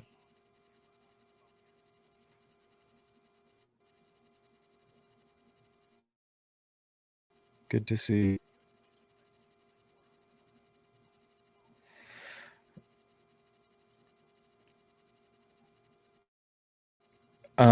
I've heard of that.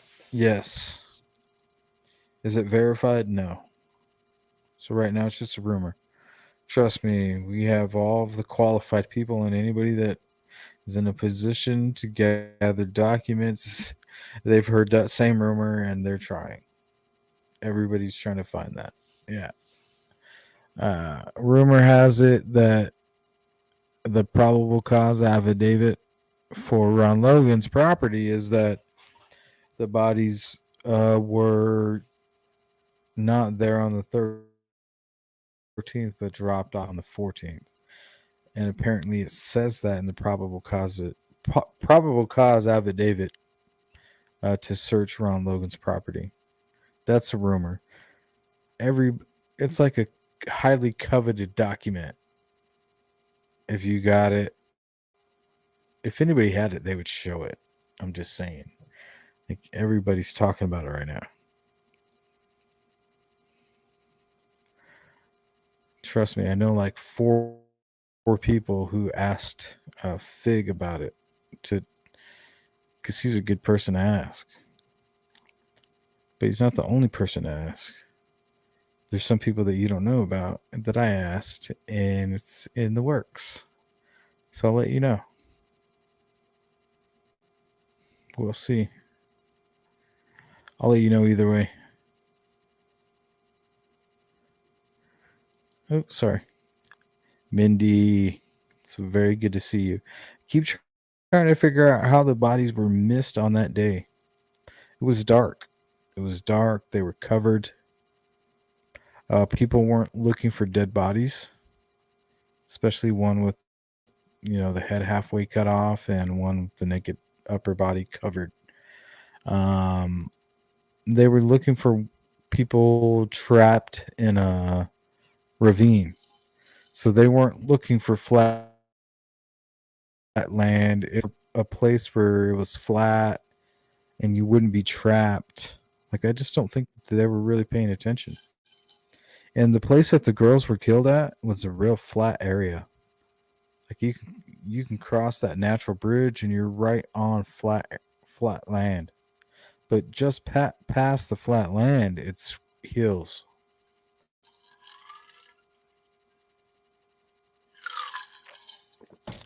So if they're looking for living people, they're not looking in flat areas. They're looking in maybe more towards like cliff areas or something like that.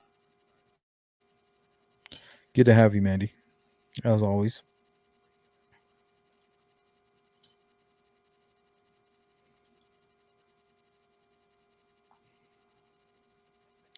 I hope so. I'm in constant communication with CD.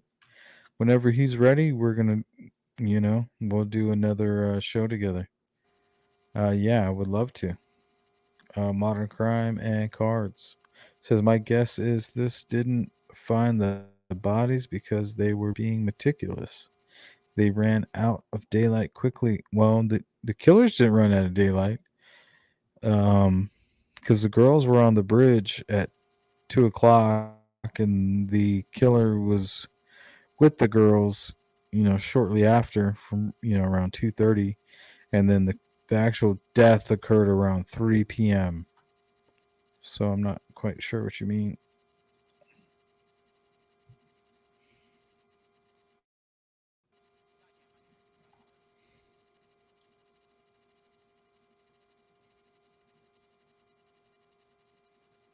Mm.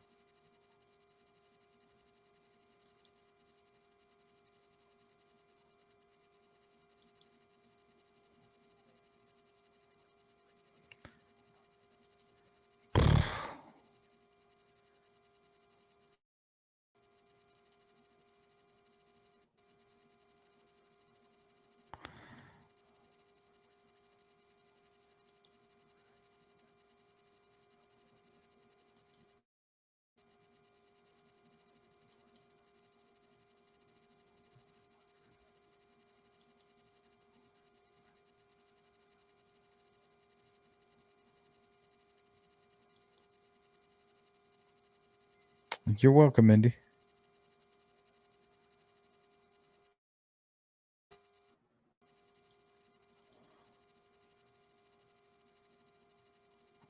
There, Six Pack says the girls were found close to Ron. No, Six Pack. They weren't found close to Ron Logan's property. They were found on Ron Logan's property.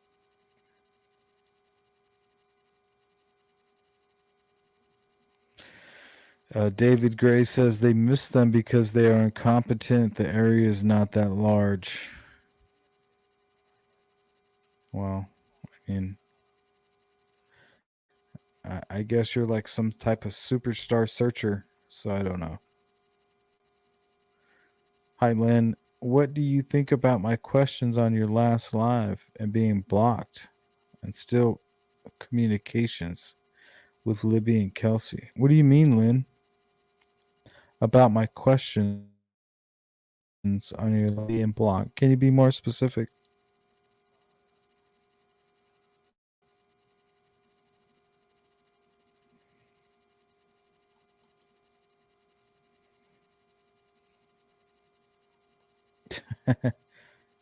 Jules is never upset. She doesn't get upset. She gets even. That's how we work around here.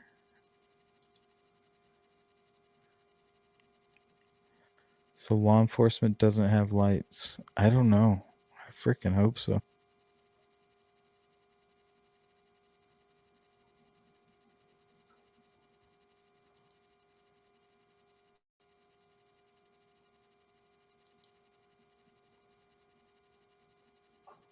Yeah, like 5:30, maybe even later.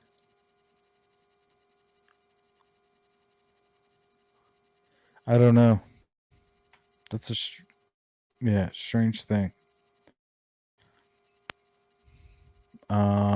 Maybe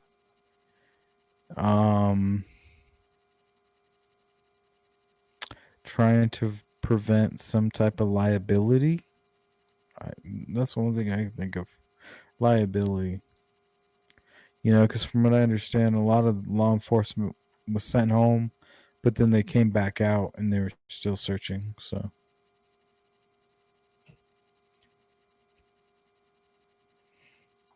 crucifix, stuffed animal, and crucifix.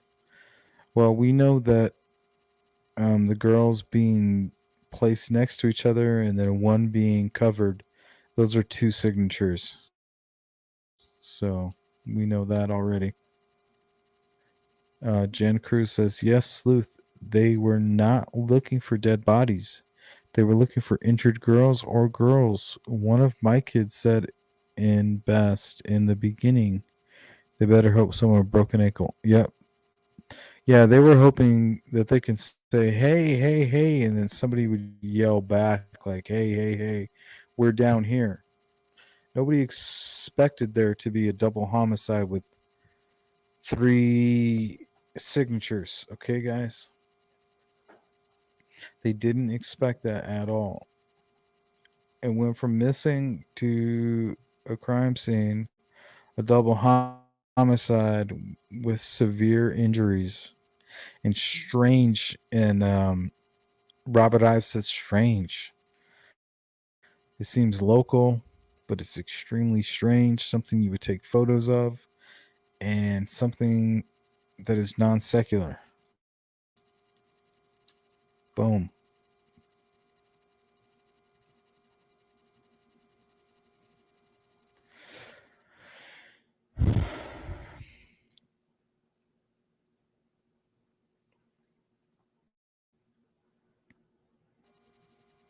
Nah, I don't think anything had to do with Ron Logan. He's just another casualty.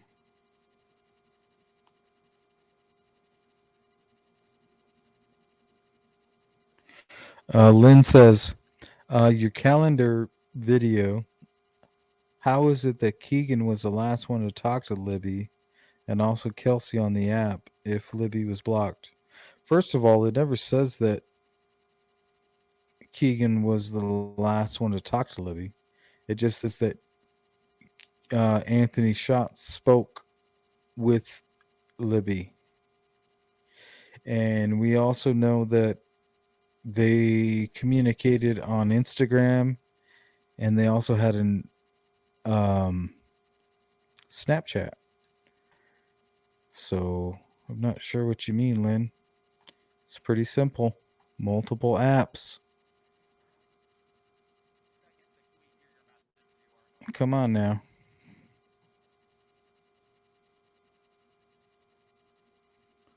Carter said he didn't know why they weren't found on the 13th. Well, he wasn't there. Carter doesn't live anywhere near there. Every time they have a presser, he flies in. He's never there. He's nowhere near Delphi until they have a presser. I just want everybody to know that.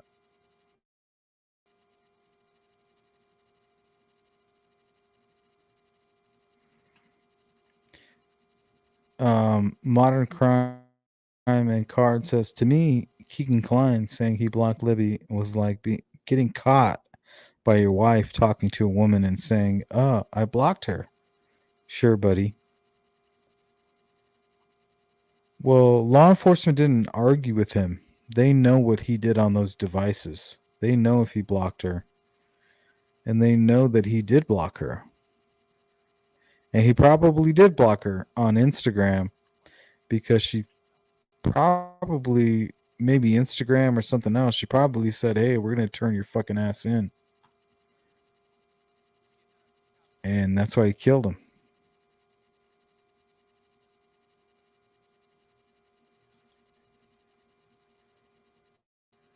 Yeah, and then again, who believes anything that motherfucker says?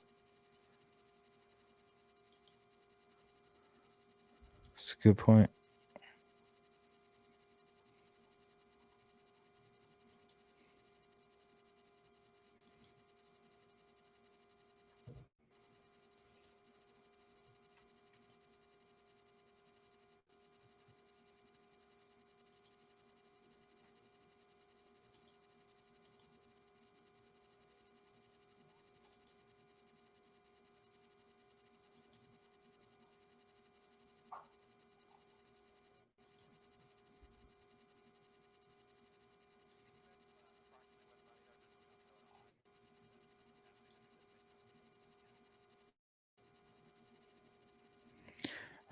Little Pookie.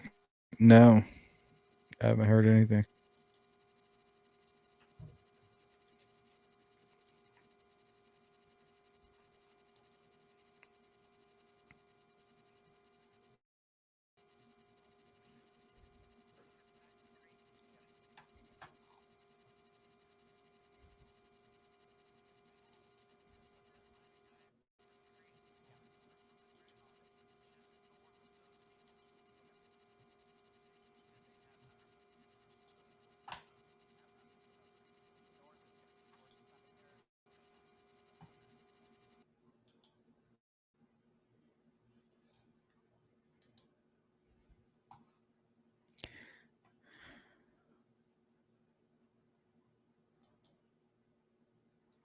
Man, that face right there. That looks like Rich Guy.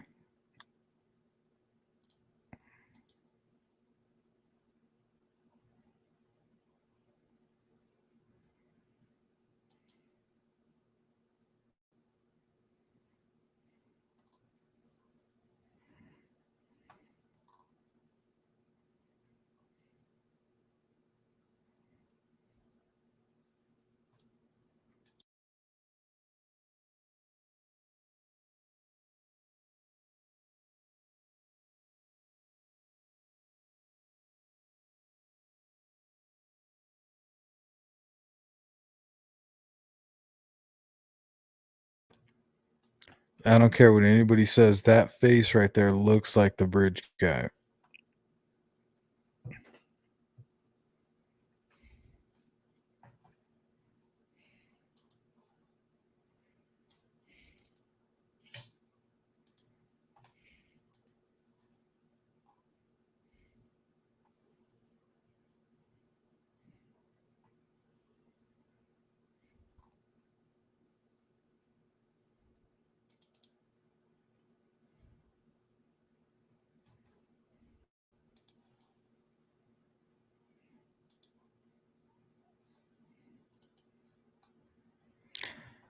There's Keegan, early 2018, as soon as he got to Las Vegas, look, with friend one.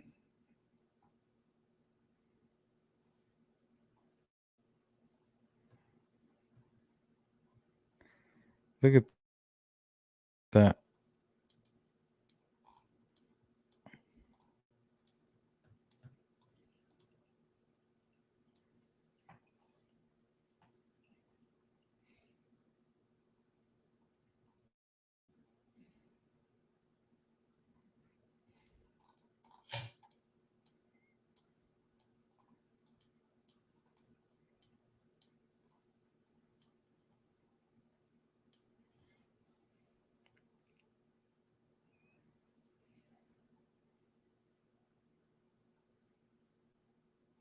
Yeah, Keegan looks like Bridge Guy right there. I don't care what anybody says. If he's that fat in 2018, that means he can be half that fat in 2017.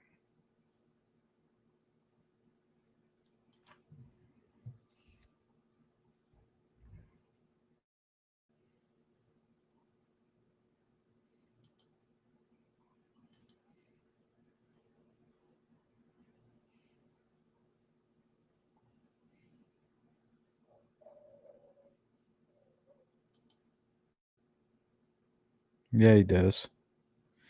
Looks like Bridge Guy a lot.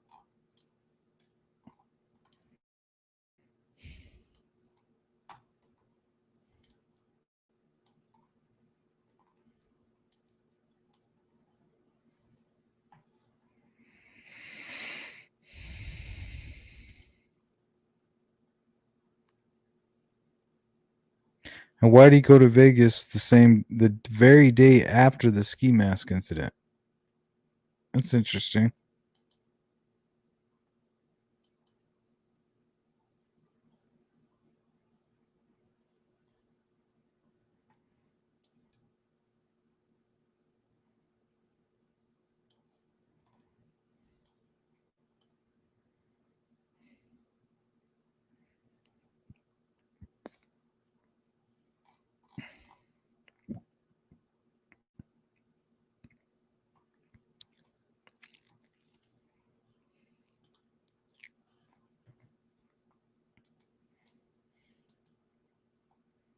Mm-hmm.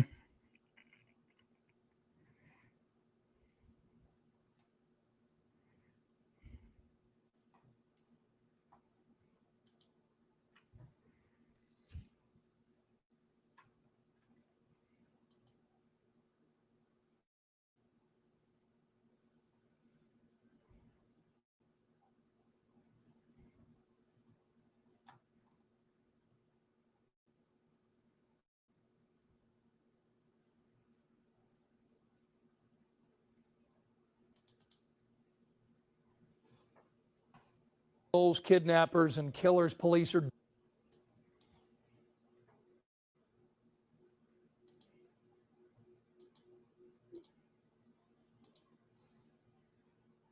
those kidnappers and killers police are desperately trying to catch. In fact, we're all familiar with this Delphi sketch from the still unsolved murders of Libby German and Abby Williams. But what goes into creating these drawings? Tonight, our Jenny Runovich takes a look at how a police sketch artist helps witnesses and helps fight crime. Picture a face from memory. Now, what if you only saw that person for a few moments during a crime? Could you describe them? Provide a portrait that other people recognize. Well, with each pencil stroke, Trooper Taylor Bryant, the sketch artist for Indiana State Police, has to bring those crucial memories from victims and witnesses to life. You want activity, people calling in because possibly one of those tips or call-ins can lead to an apprehension. While most of his time is spent patrolling the highway, Trooper Bryant has done about 70 sketches for police departments across the state, including this high-profile picture we've seen a lot. The man police believe killed Abby and Libby in Delphi. It was a sketch created from a witness. That's about all I can say. This face and that witness he's not allowed to talk about since the investigation still active leads to an arrest. Yes, I believe, the whole country here really would like to see something come of this. Trooper Bryant started sketching suspects in 2008. State police were looking for a trooper with artistic ability, and Bryant has a degree in commercial art. So he trained for 3 weeks with the FBI. On how to interview witnesses, how to talk to a witness, how to not ask leading questions of a witness. And he learned the most important part of the job happens before pencil ever hits paper.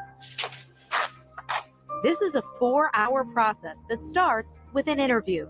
Sometimes it's a harrowing experience for the witness, sexual assaults, things of that nature. So you want to get them to more or less trust you to do a drawing.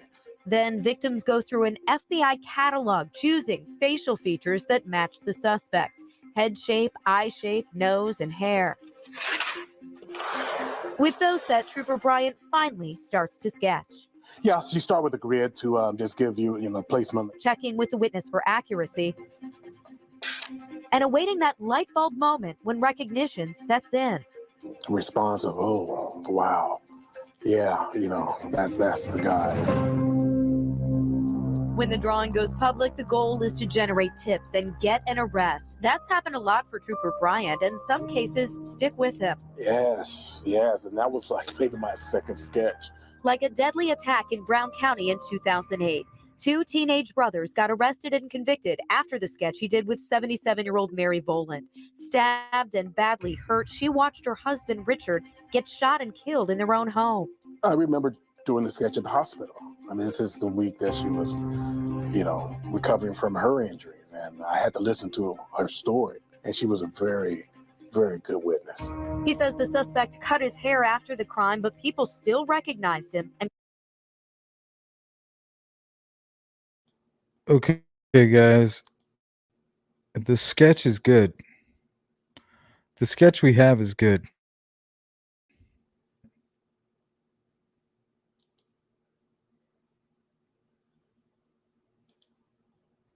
Yeah, the sketch we have is good. Look, the guy who made the sketch, he's already caught people. He's made perfect sketches. The sketch is good. People who need to know who that sketch is, they know. They just haven't said yes. For whatever reason, whoever this guy runs around with is in the underbelly, the criminal underbelly. When I was a young kid, I understood the code of silence.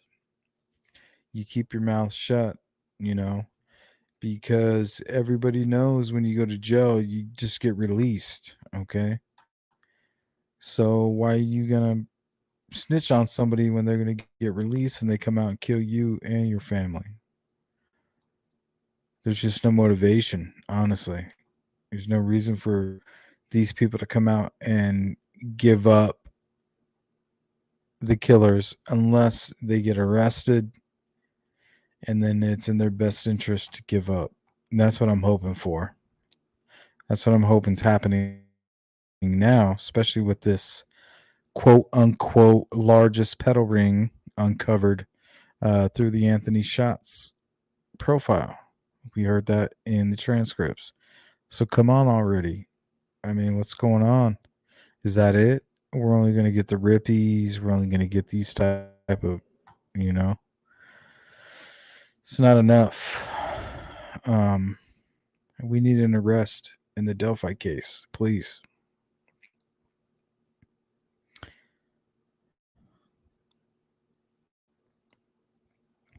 So we're already at the 2-hour mark. I really don't know what else to present. Let's see if I have anything here.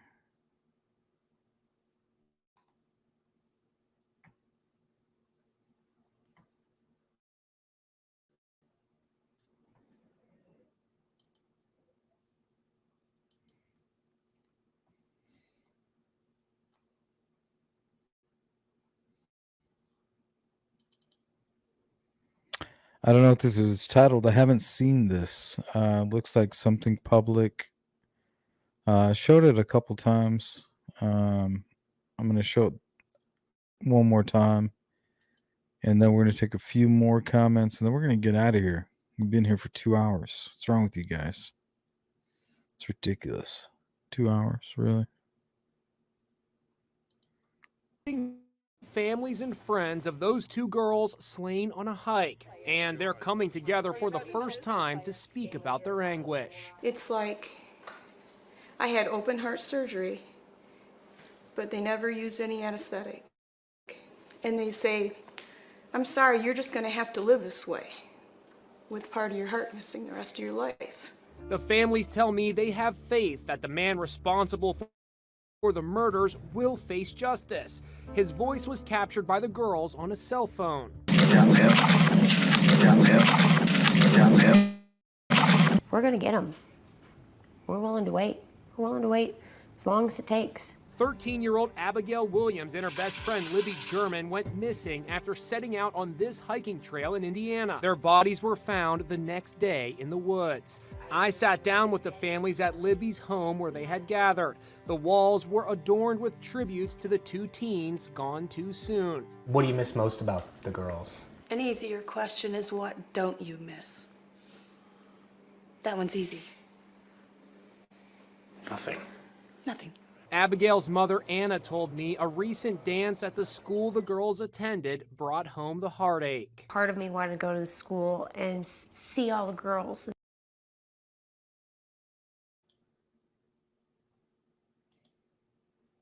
Man, you cannot help but think that Abby was going to look exactly like her mom.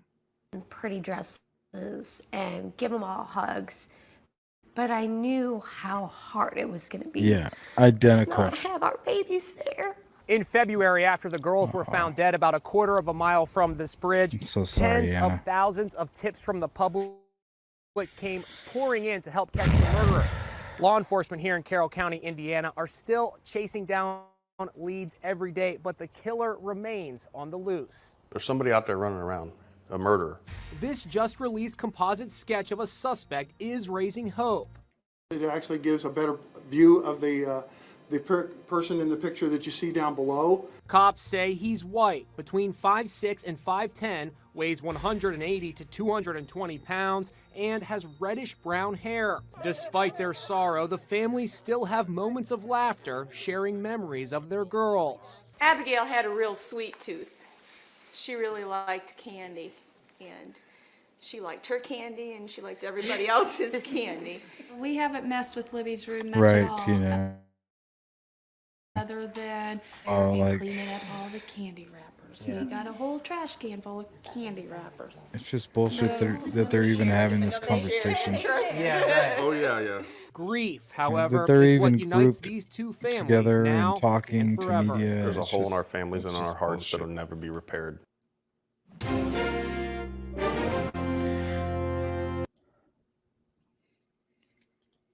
Yeah.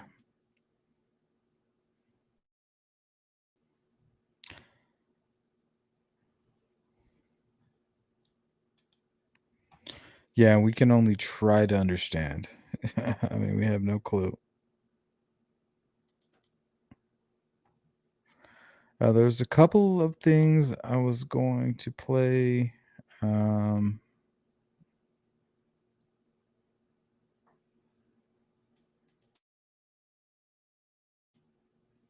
we're gonna, and then I'm just gonna get out of here.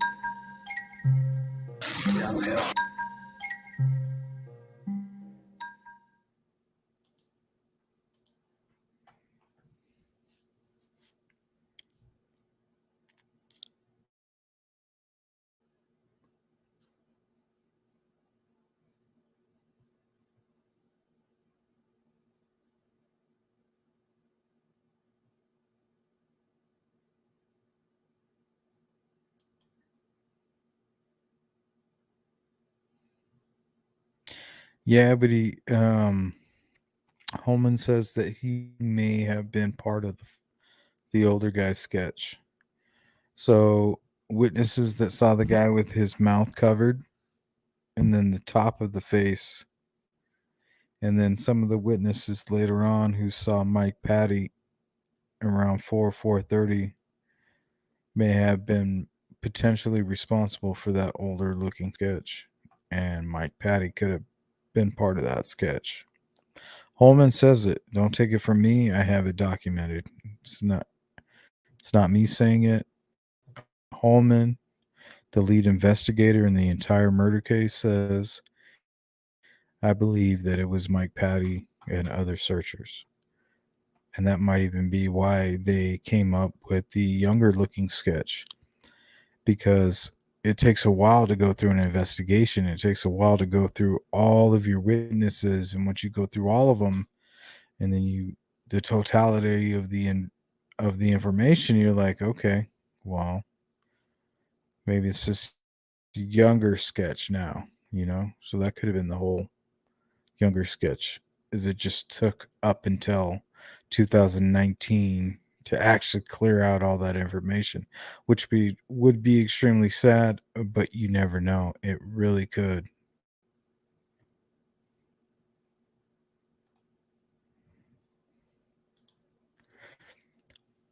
Yeah, there were several sketches. I might have that video. I don't know. Let me see what I have here.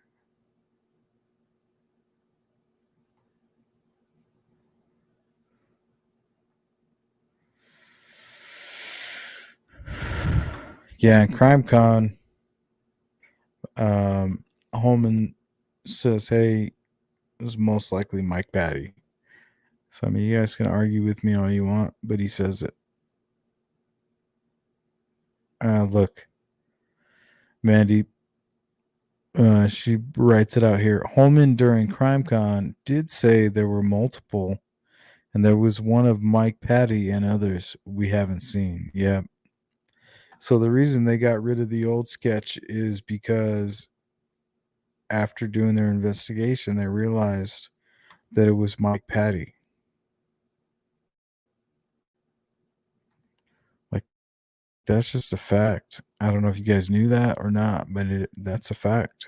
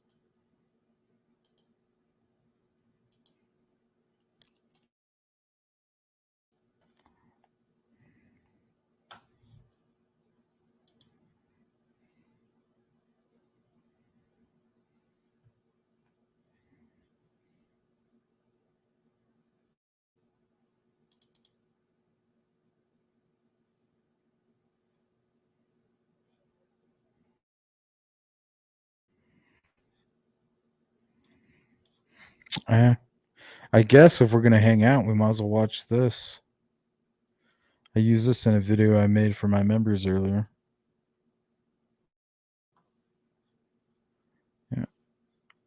I mean, I don't want to kick you guys out of here. Sheriff Tobe Lesby with the Carroll County Sheriff's Department. On this side, FBI Special Agent Mike Peasley, and then First Sergeant Jerry Holman. They're going to discuss today the things that have been going on over the last year with this case. Superintendent Carter will do most of the talking, and at this time, I'll turn over the podium to him. Thank you. Might as well, right? Well, first of all, welcome. I didn't really know what to expect when I stood on this trail just a little bit ago, over the course of the last 15 minutes, but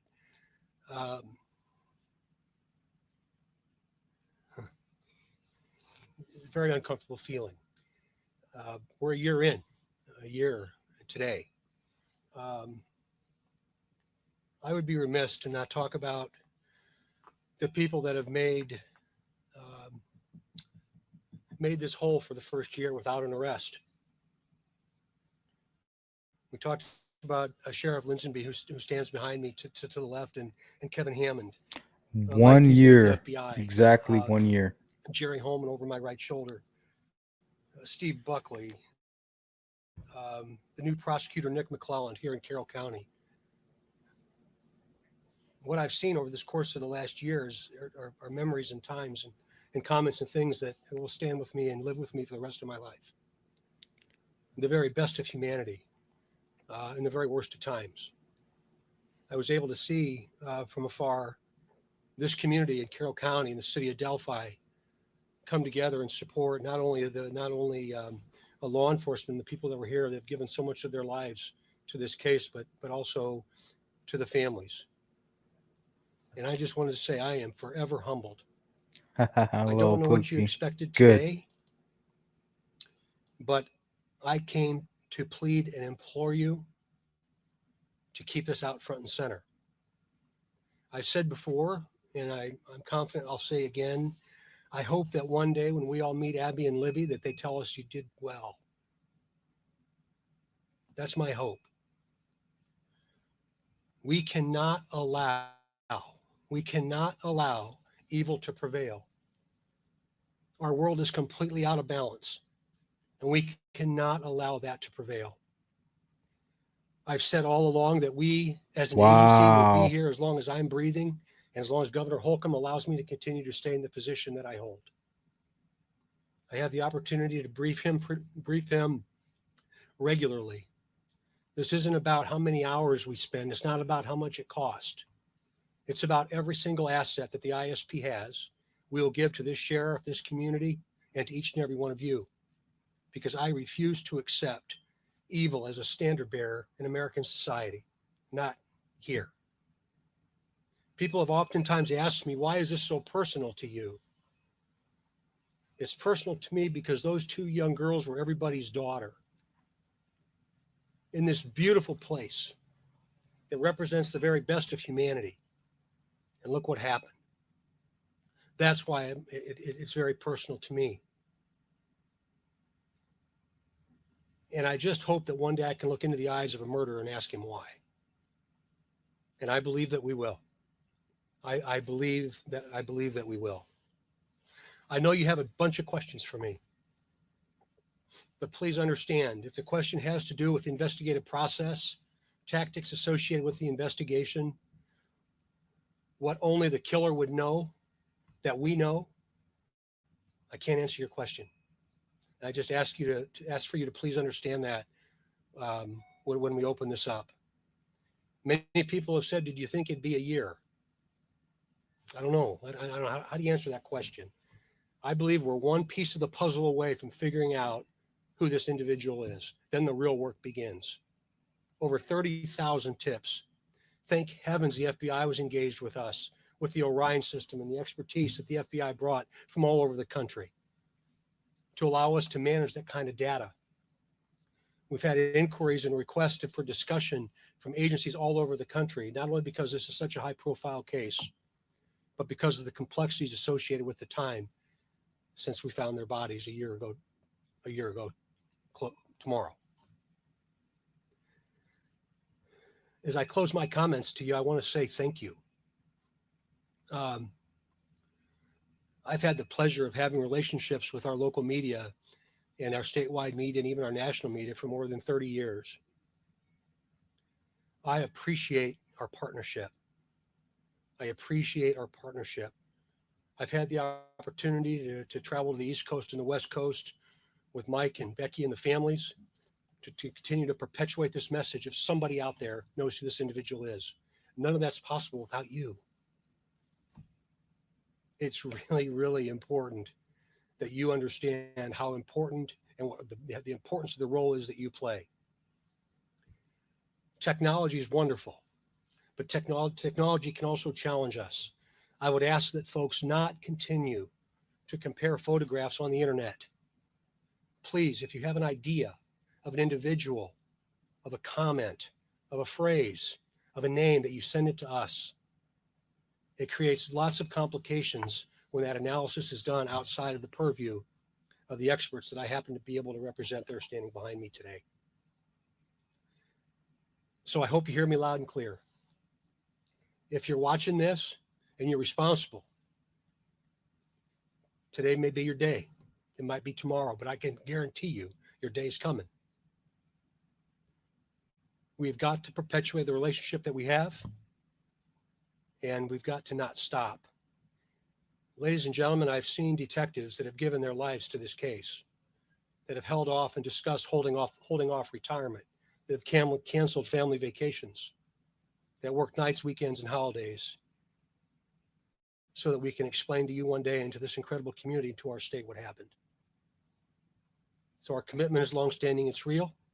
It's as real today as it was 365 days ago, and it'll be as real tomorrow as it was today. We are not going away. We are not going away. With all that said, the floor is yours.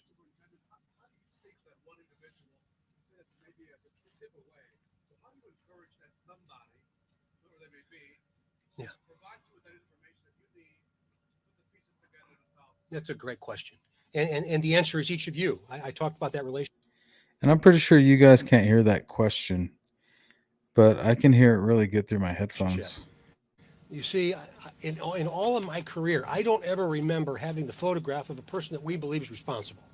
I don't ever remember having the voice of a person that we think is responsible, or having a sketch of the individual that we believe is responsible.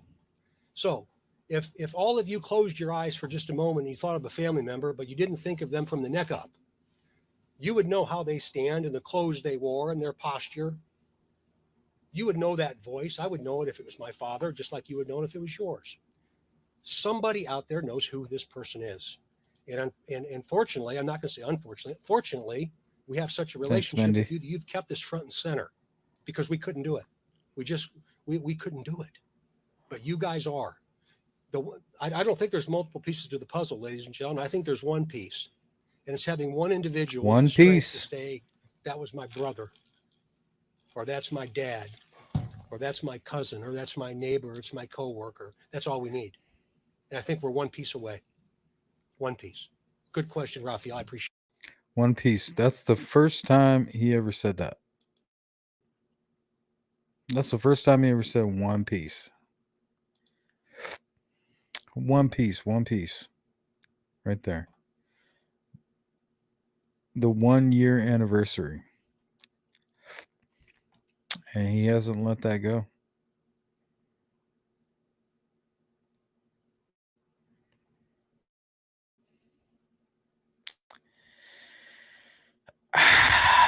The world stage.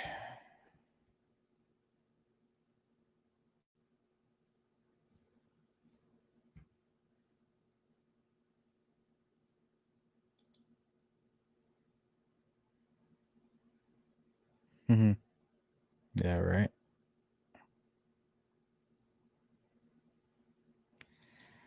One slice.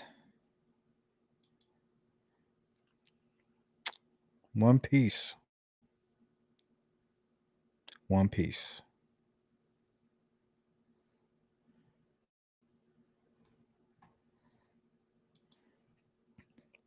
one piece of that Pizza King. It's possible. Appreciate that. Yeah. Yeah, so another good You one. guys How are do you measure keeping me up. progress? How do we keep? How do we know if we're making progress? Tips. I think if we do this mathematically, it's over 30,000 tips. Yep. Where's the I've heard snitch? this guy say to me multiple times, "Superintendent, when we're out of tips, we're going to start all over with the ones we got." There's this notion that this is cold. Hey, Dallas. It's not cold. It is Welcome. not going. This is not going to be cold. I'm not sure where that comes from. So as those tips continue to come in, we'll continue to work them the very, very best. It that we might be can. cold We'll bring outside, but the detectives in case from all ain't the posts cold. around Indiana that I'm responsible for. And we'll the local law enforcement entities that have resources, we'll bring them all together and we'll go out after the tips that we have. That generally leads to more tips, and then can lead to more tips. Generally. So we will continue to manage those tips, and when we're all done, we're going to start all over, because that piece of the puzzle's in the pile someplace. Yes, sir.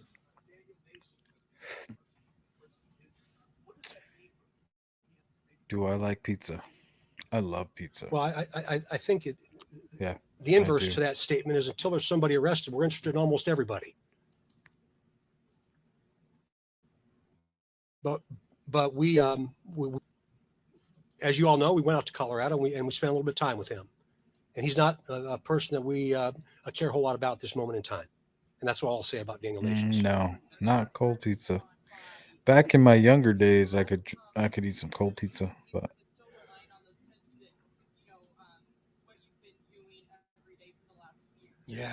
Yeah, I think that repetitive nature is going to just don't know what it is yet. never.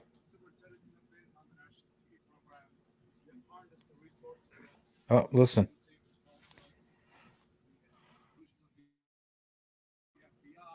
I'm gonna make a video with all the media questions raised up, because I can hear them clearly through these headphones. You know, you're going to get into my soul a little bit with a question like that. Yeah, and I'm going to tell you why. I want to tell you why, because of what my eyes have seen and what the eyes of these fellows behind me have seen that you Blah haven't blah seen. blah blah. About 3/4 of a mile from here, there is not a day Blah, goes by blah. at the end of my day that I don't think is tonight the night that I'm going to get a call. Something bad happened. Somebody that I represent, an Indiana trooper, someplace in Indiana. Or is there something that we haven't done that we could do? Is there a level of support that I have not given? Carol. Or Jerry Holman and the multitude of resources that we have here in Carroll County? What are we missing?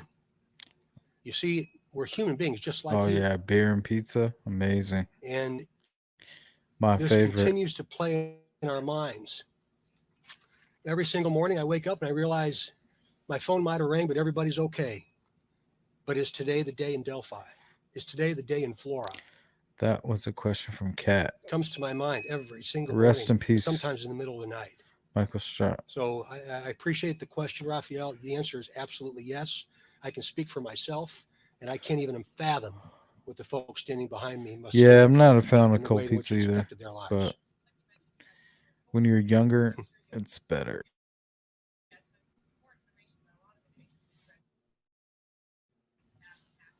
That's why I like Dallas. Answer the question for me. I wish I could answer it. I've said locally, statewide, and even nationally that Mindy. sometimes our And citizenry Mindy's a doesn't trust professional. us. She And I knows acknowledge some that and stuff. recognize that we are not without Remember sin. that. I know that. Yeah, I miss And I Cat would just too. like Rest to in think that peace. the person that might know about this Rest in peace, maybe Michael. doesn't trust us and doesn't want to tell Michael us. Cat. We They don't miss you, think we can buddy. protect them. Oh We yeah, really we can. do. Yeah, we can. I'm not just saying that. And we've got to work to We miss regain you. that community's trust, these A community lot. trust, and I think we're getting there. That's not $1 million question. That's $1 billion question, and I'd give my life to be able to answer it.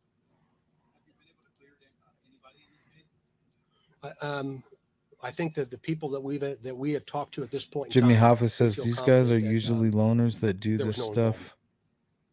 So they need to start looking. I agree.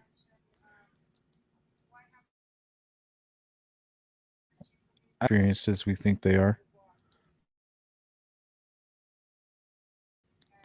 Side of the realm of law enforcement may be able to help.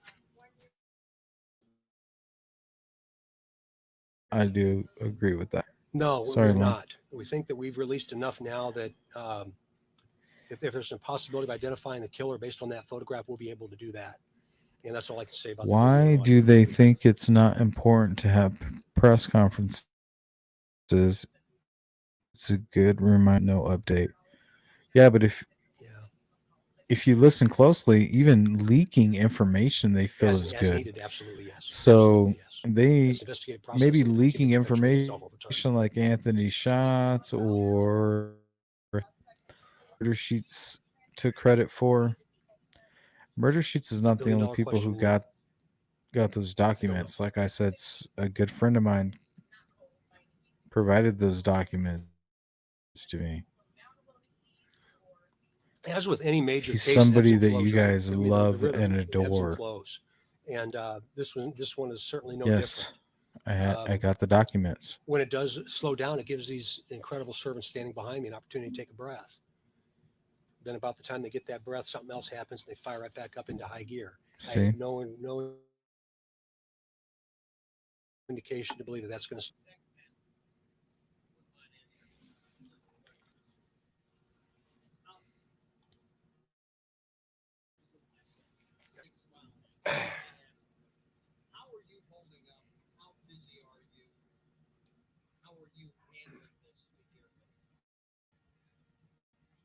Physically, I'm handling it fine.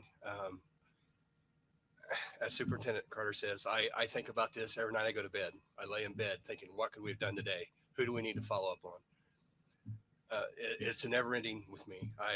Weekends, I'm still working on it. There's weekends I've come into the command center and just do stuff on my own just to get stuff done by myself. So it's 24/7 almost for me.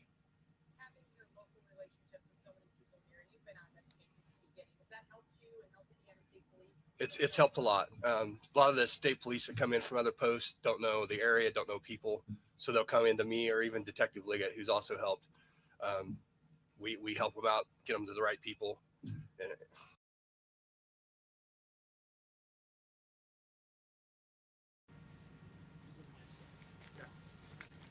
Listen what he says. He even mentions Leggett.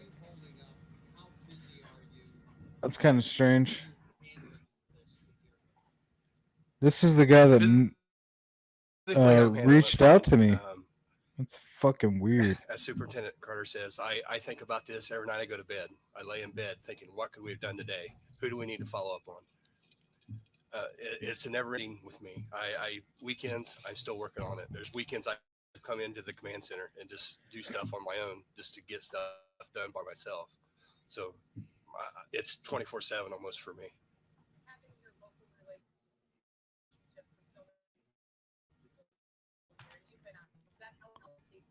It's helped a lot. A lot of the state police that come in from other posts don't know the area, don't know people, so they'll come into me or even Detective Liggett, who's also helped.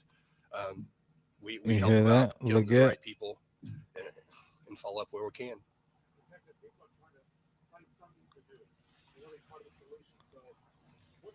Thanks, Tina.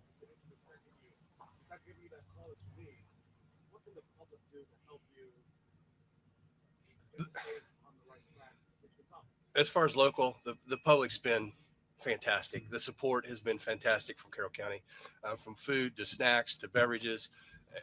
Just every time I go to a local store, they're, hey, we're thinking of you. We're proud of you. So the local support has just been great. But just stay vigilant. If you see something, let us know.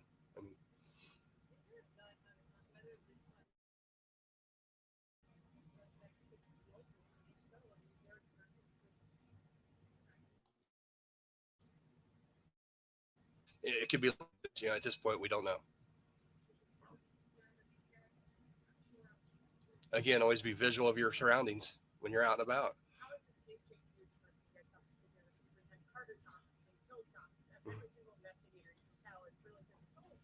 It has. Mm-hmm.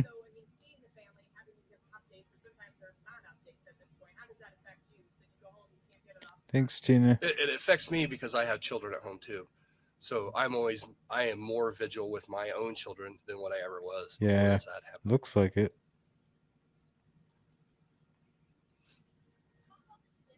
Oh.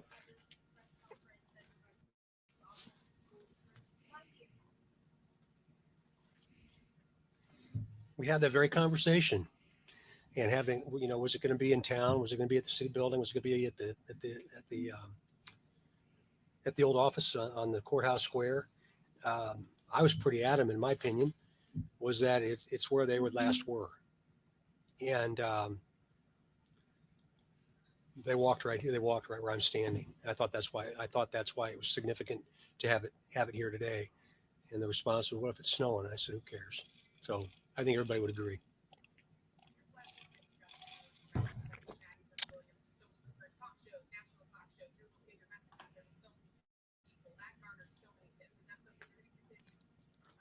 Listen, every single opportunity that we get to throw this out to the front, whether that be in a newspaper in small town southern Indiana, or whether it be on a national stage, Dr. Phil was 135 countries and I think 20 million people. Yeah, absolutely, yes. Again, it resonates with the relationship with all of you. Please understand the importance you play and how important it is that you're here. I didn't know what to expect when we flew in and I saw this line of cars, and I'm so grateful, so very grateful to you. It's my hope. Take two more questions.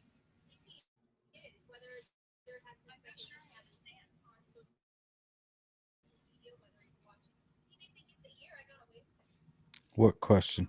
Keep thinking that. Go ahead and retype that Yes, question. Yeah. Yeah.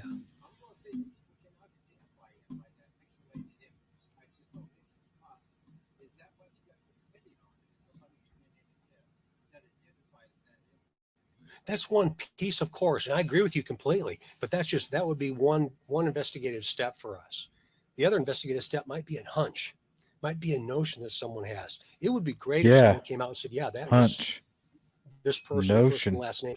But likely, very likely, from an individual, yes, yes.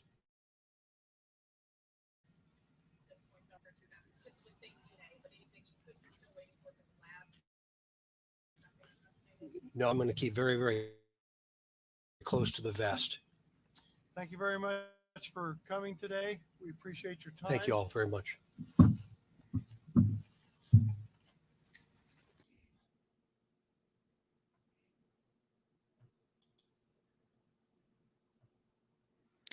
Okay, something that I've already shared with my members. They already know it's coming. They already know what I'm about to say. But let's see how many of you can identify this person. All right, he's coming quick.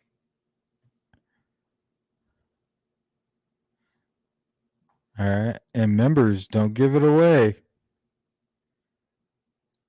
If you give it away, ooh, you're gonna be in such trouble.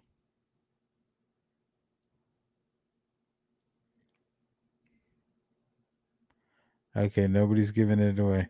Awkward moment. See, Lynn gets it. All right, here we go. Everybody, tell me if you can identify this person.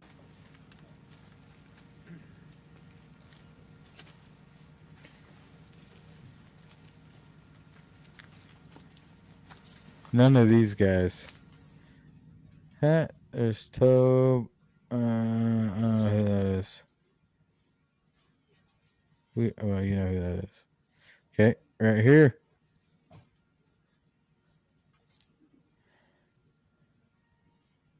Gray. He said Gray Hughes. Oh, who's that? Who is that?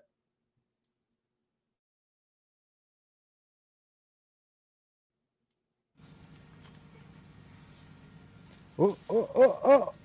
Look at that. Oh. You guys know who that is? Let's see. Oh. Mandy's like, I don't even see a person. You got other problems, girl. Ah, here we go. Joey says, Randy G. I don't know.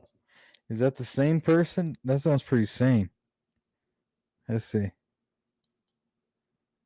Yeah, since I hear the question, I don't know what that means. Lynn says, Randy.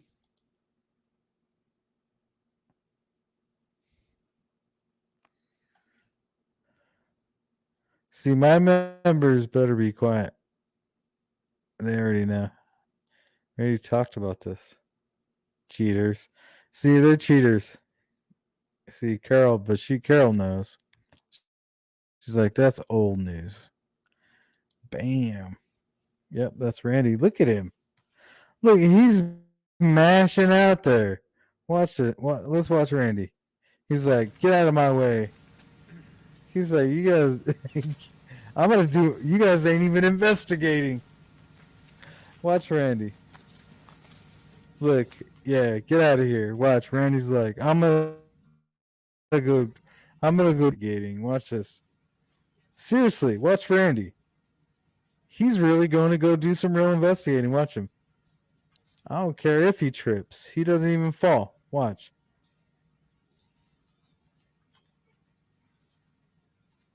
What? Get out of my way.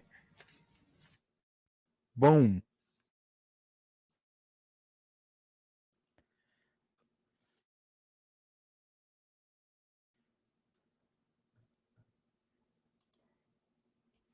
That's what I'm talking about.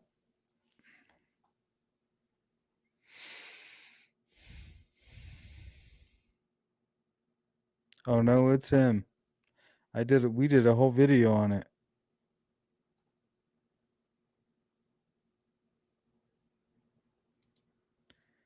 That's what I'm saying, man. Forget y'all.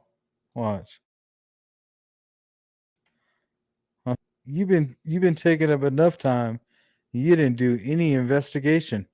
He's like, all you investigators were out here at the trail, and you didn't even investigate nothing. He's like, I'm gonna go investigate. Watch.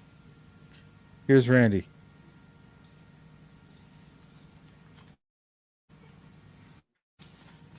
Yeah, all you cops out here, but you ain't even investigating. I'm gonna go investigate. For anybody that hating on Randy, grab it. Look at that. This is 2018. This is 1 year away. Look. Because I have children at home too. So I am Look at more these vigilant guys. with my Blah, own blah, children blah, than when I blah, ever blah, was blah, before this blah. happened. This guy has a mole on his face too, Sonny. What's up?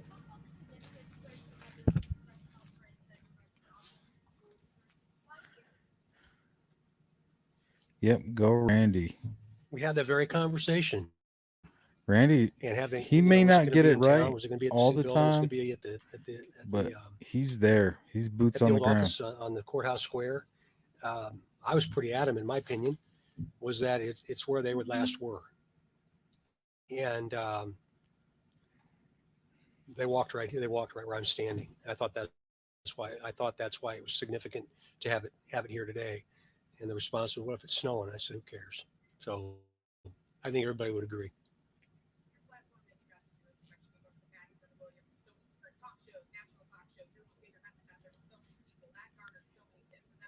D, I agree.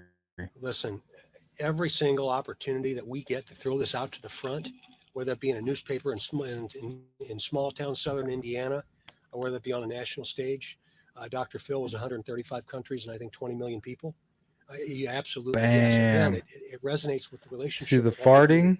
Please understand the importance you play and how important it is that you're here. To me, I didn't know what to expect when we that's flew like, in. When I looked down and I saw all these. I saw a hey this line bruiser. of cars, and I'm so grateful.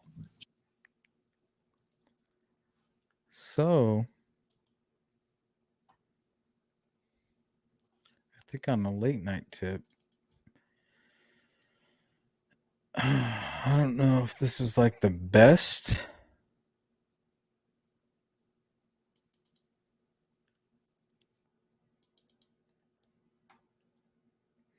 Well, first thing we'll do is since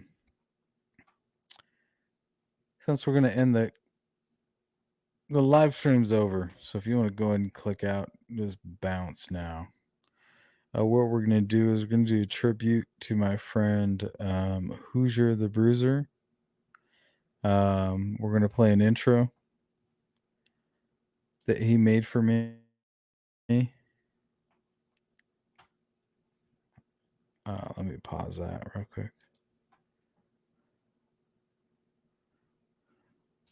Now, you guys let me know if you can hear this.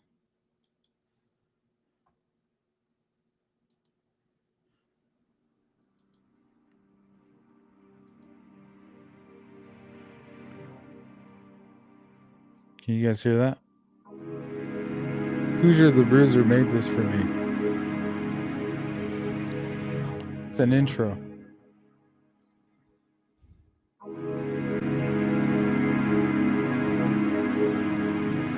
Sleuth. S-L. Can you guys hear that? U-T-T-H.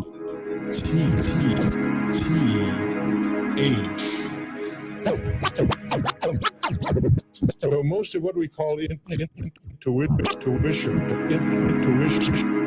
You guys can hear that? Intuition.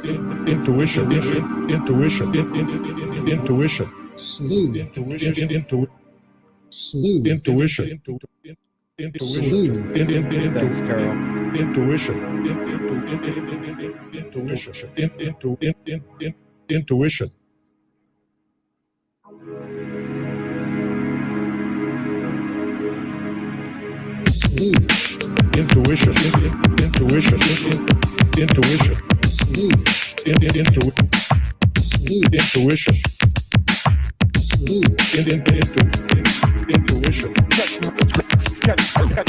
Catch me while I'm blunt it. Intuition.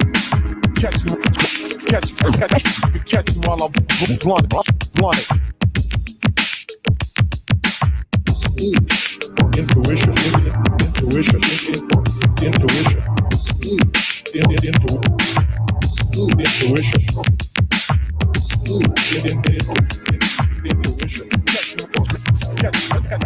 Catch me while I'm blunt. Intuition.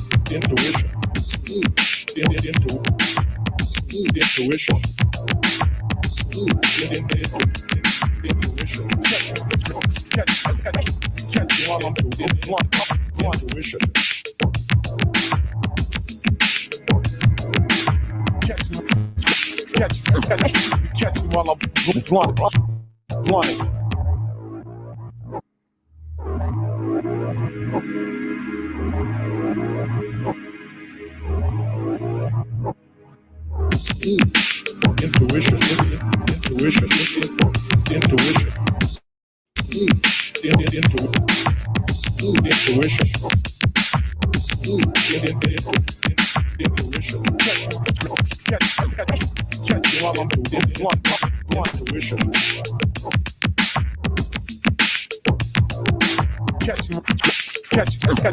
Catch me while I'm blunt.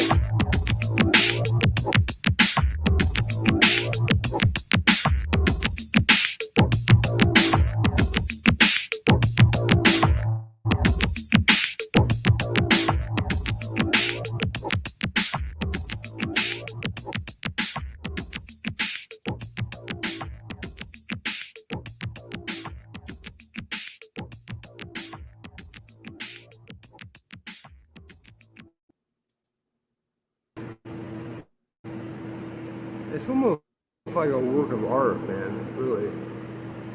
Huge.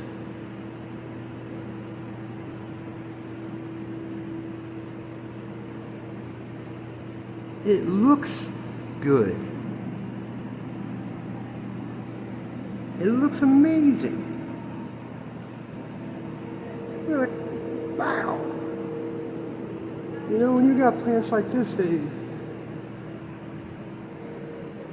I firmly believe this is a work of God, man. This is a work of God. We took what He gave us and it's grown in dirt, man. Ain't nothing evil or anything bad about this plant at all. It's all good.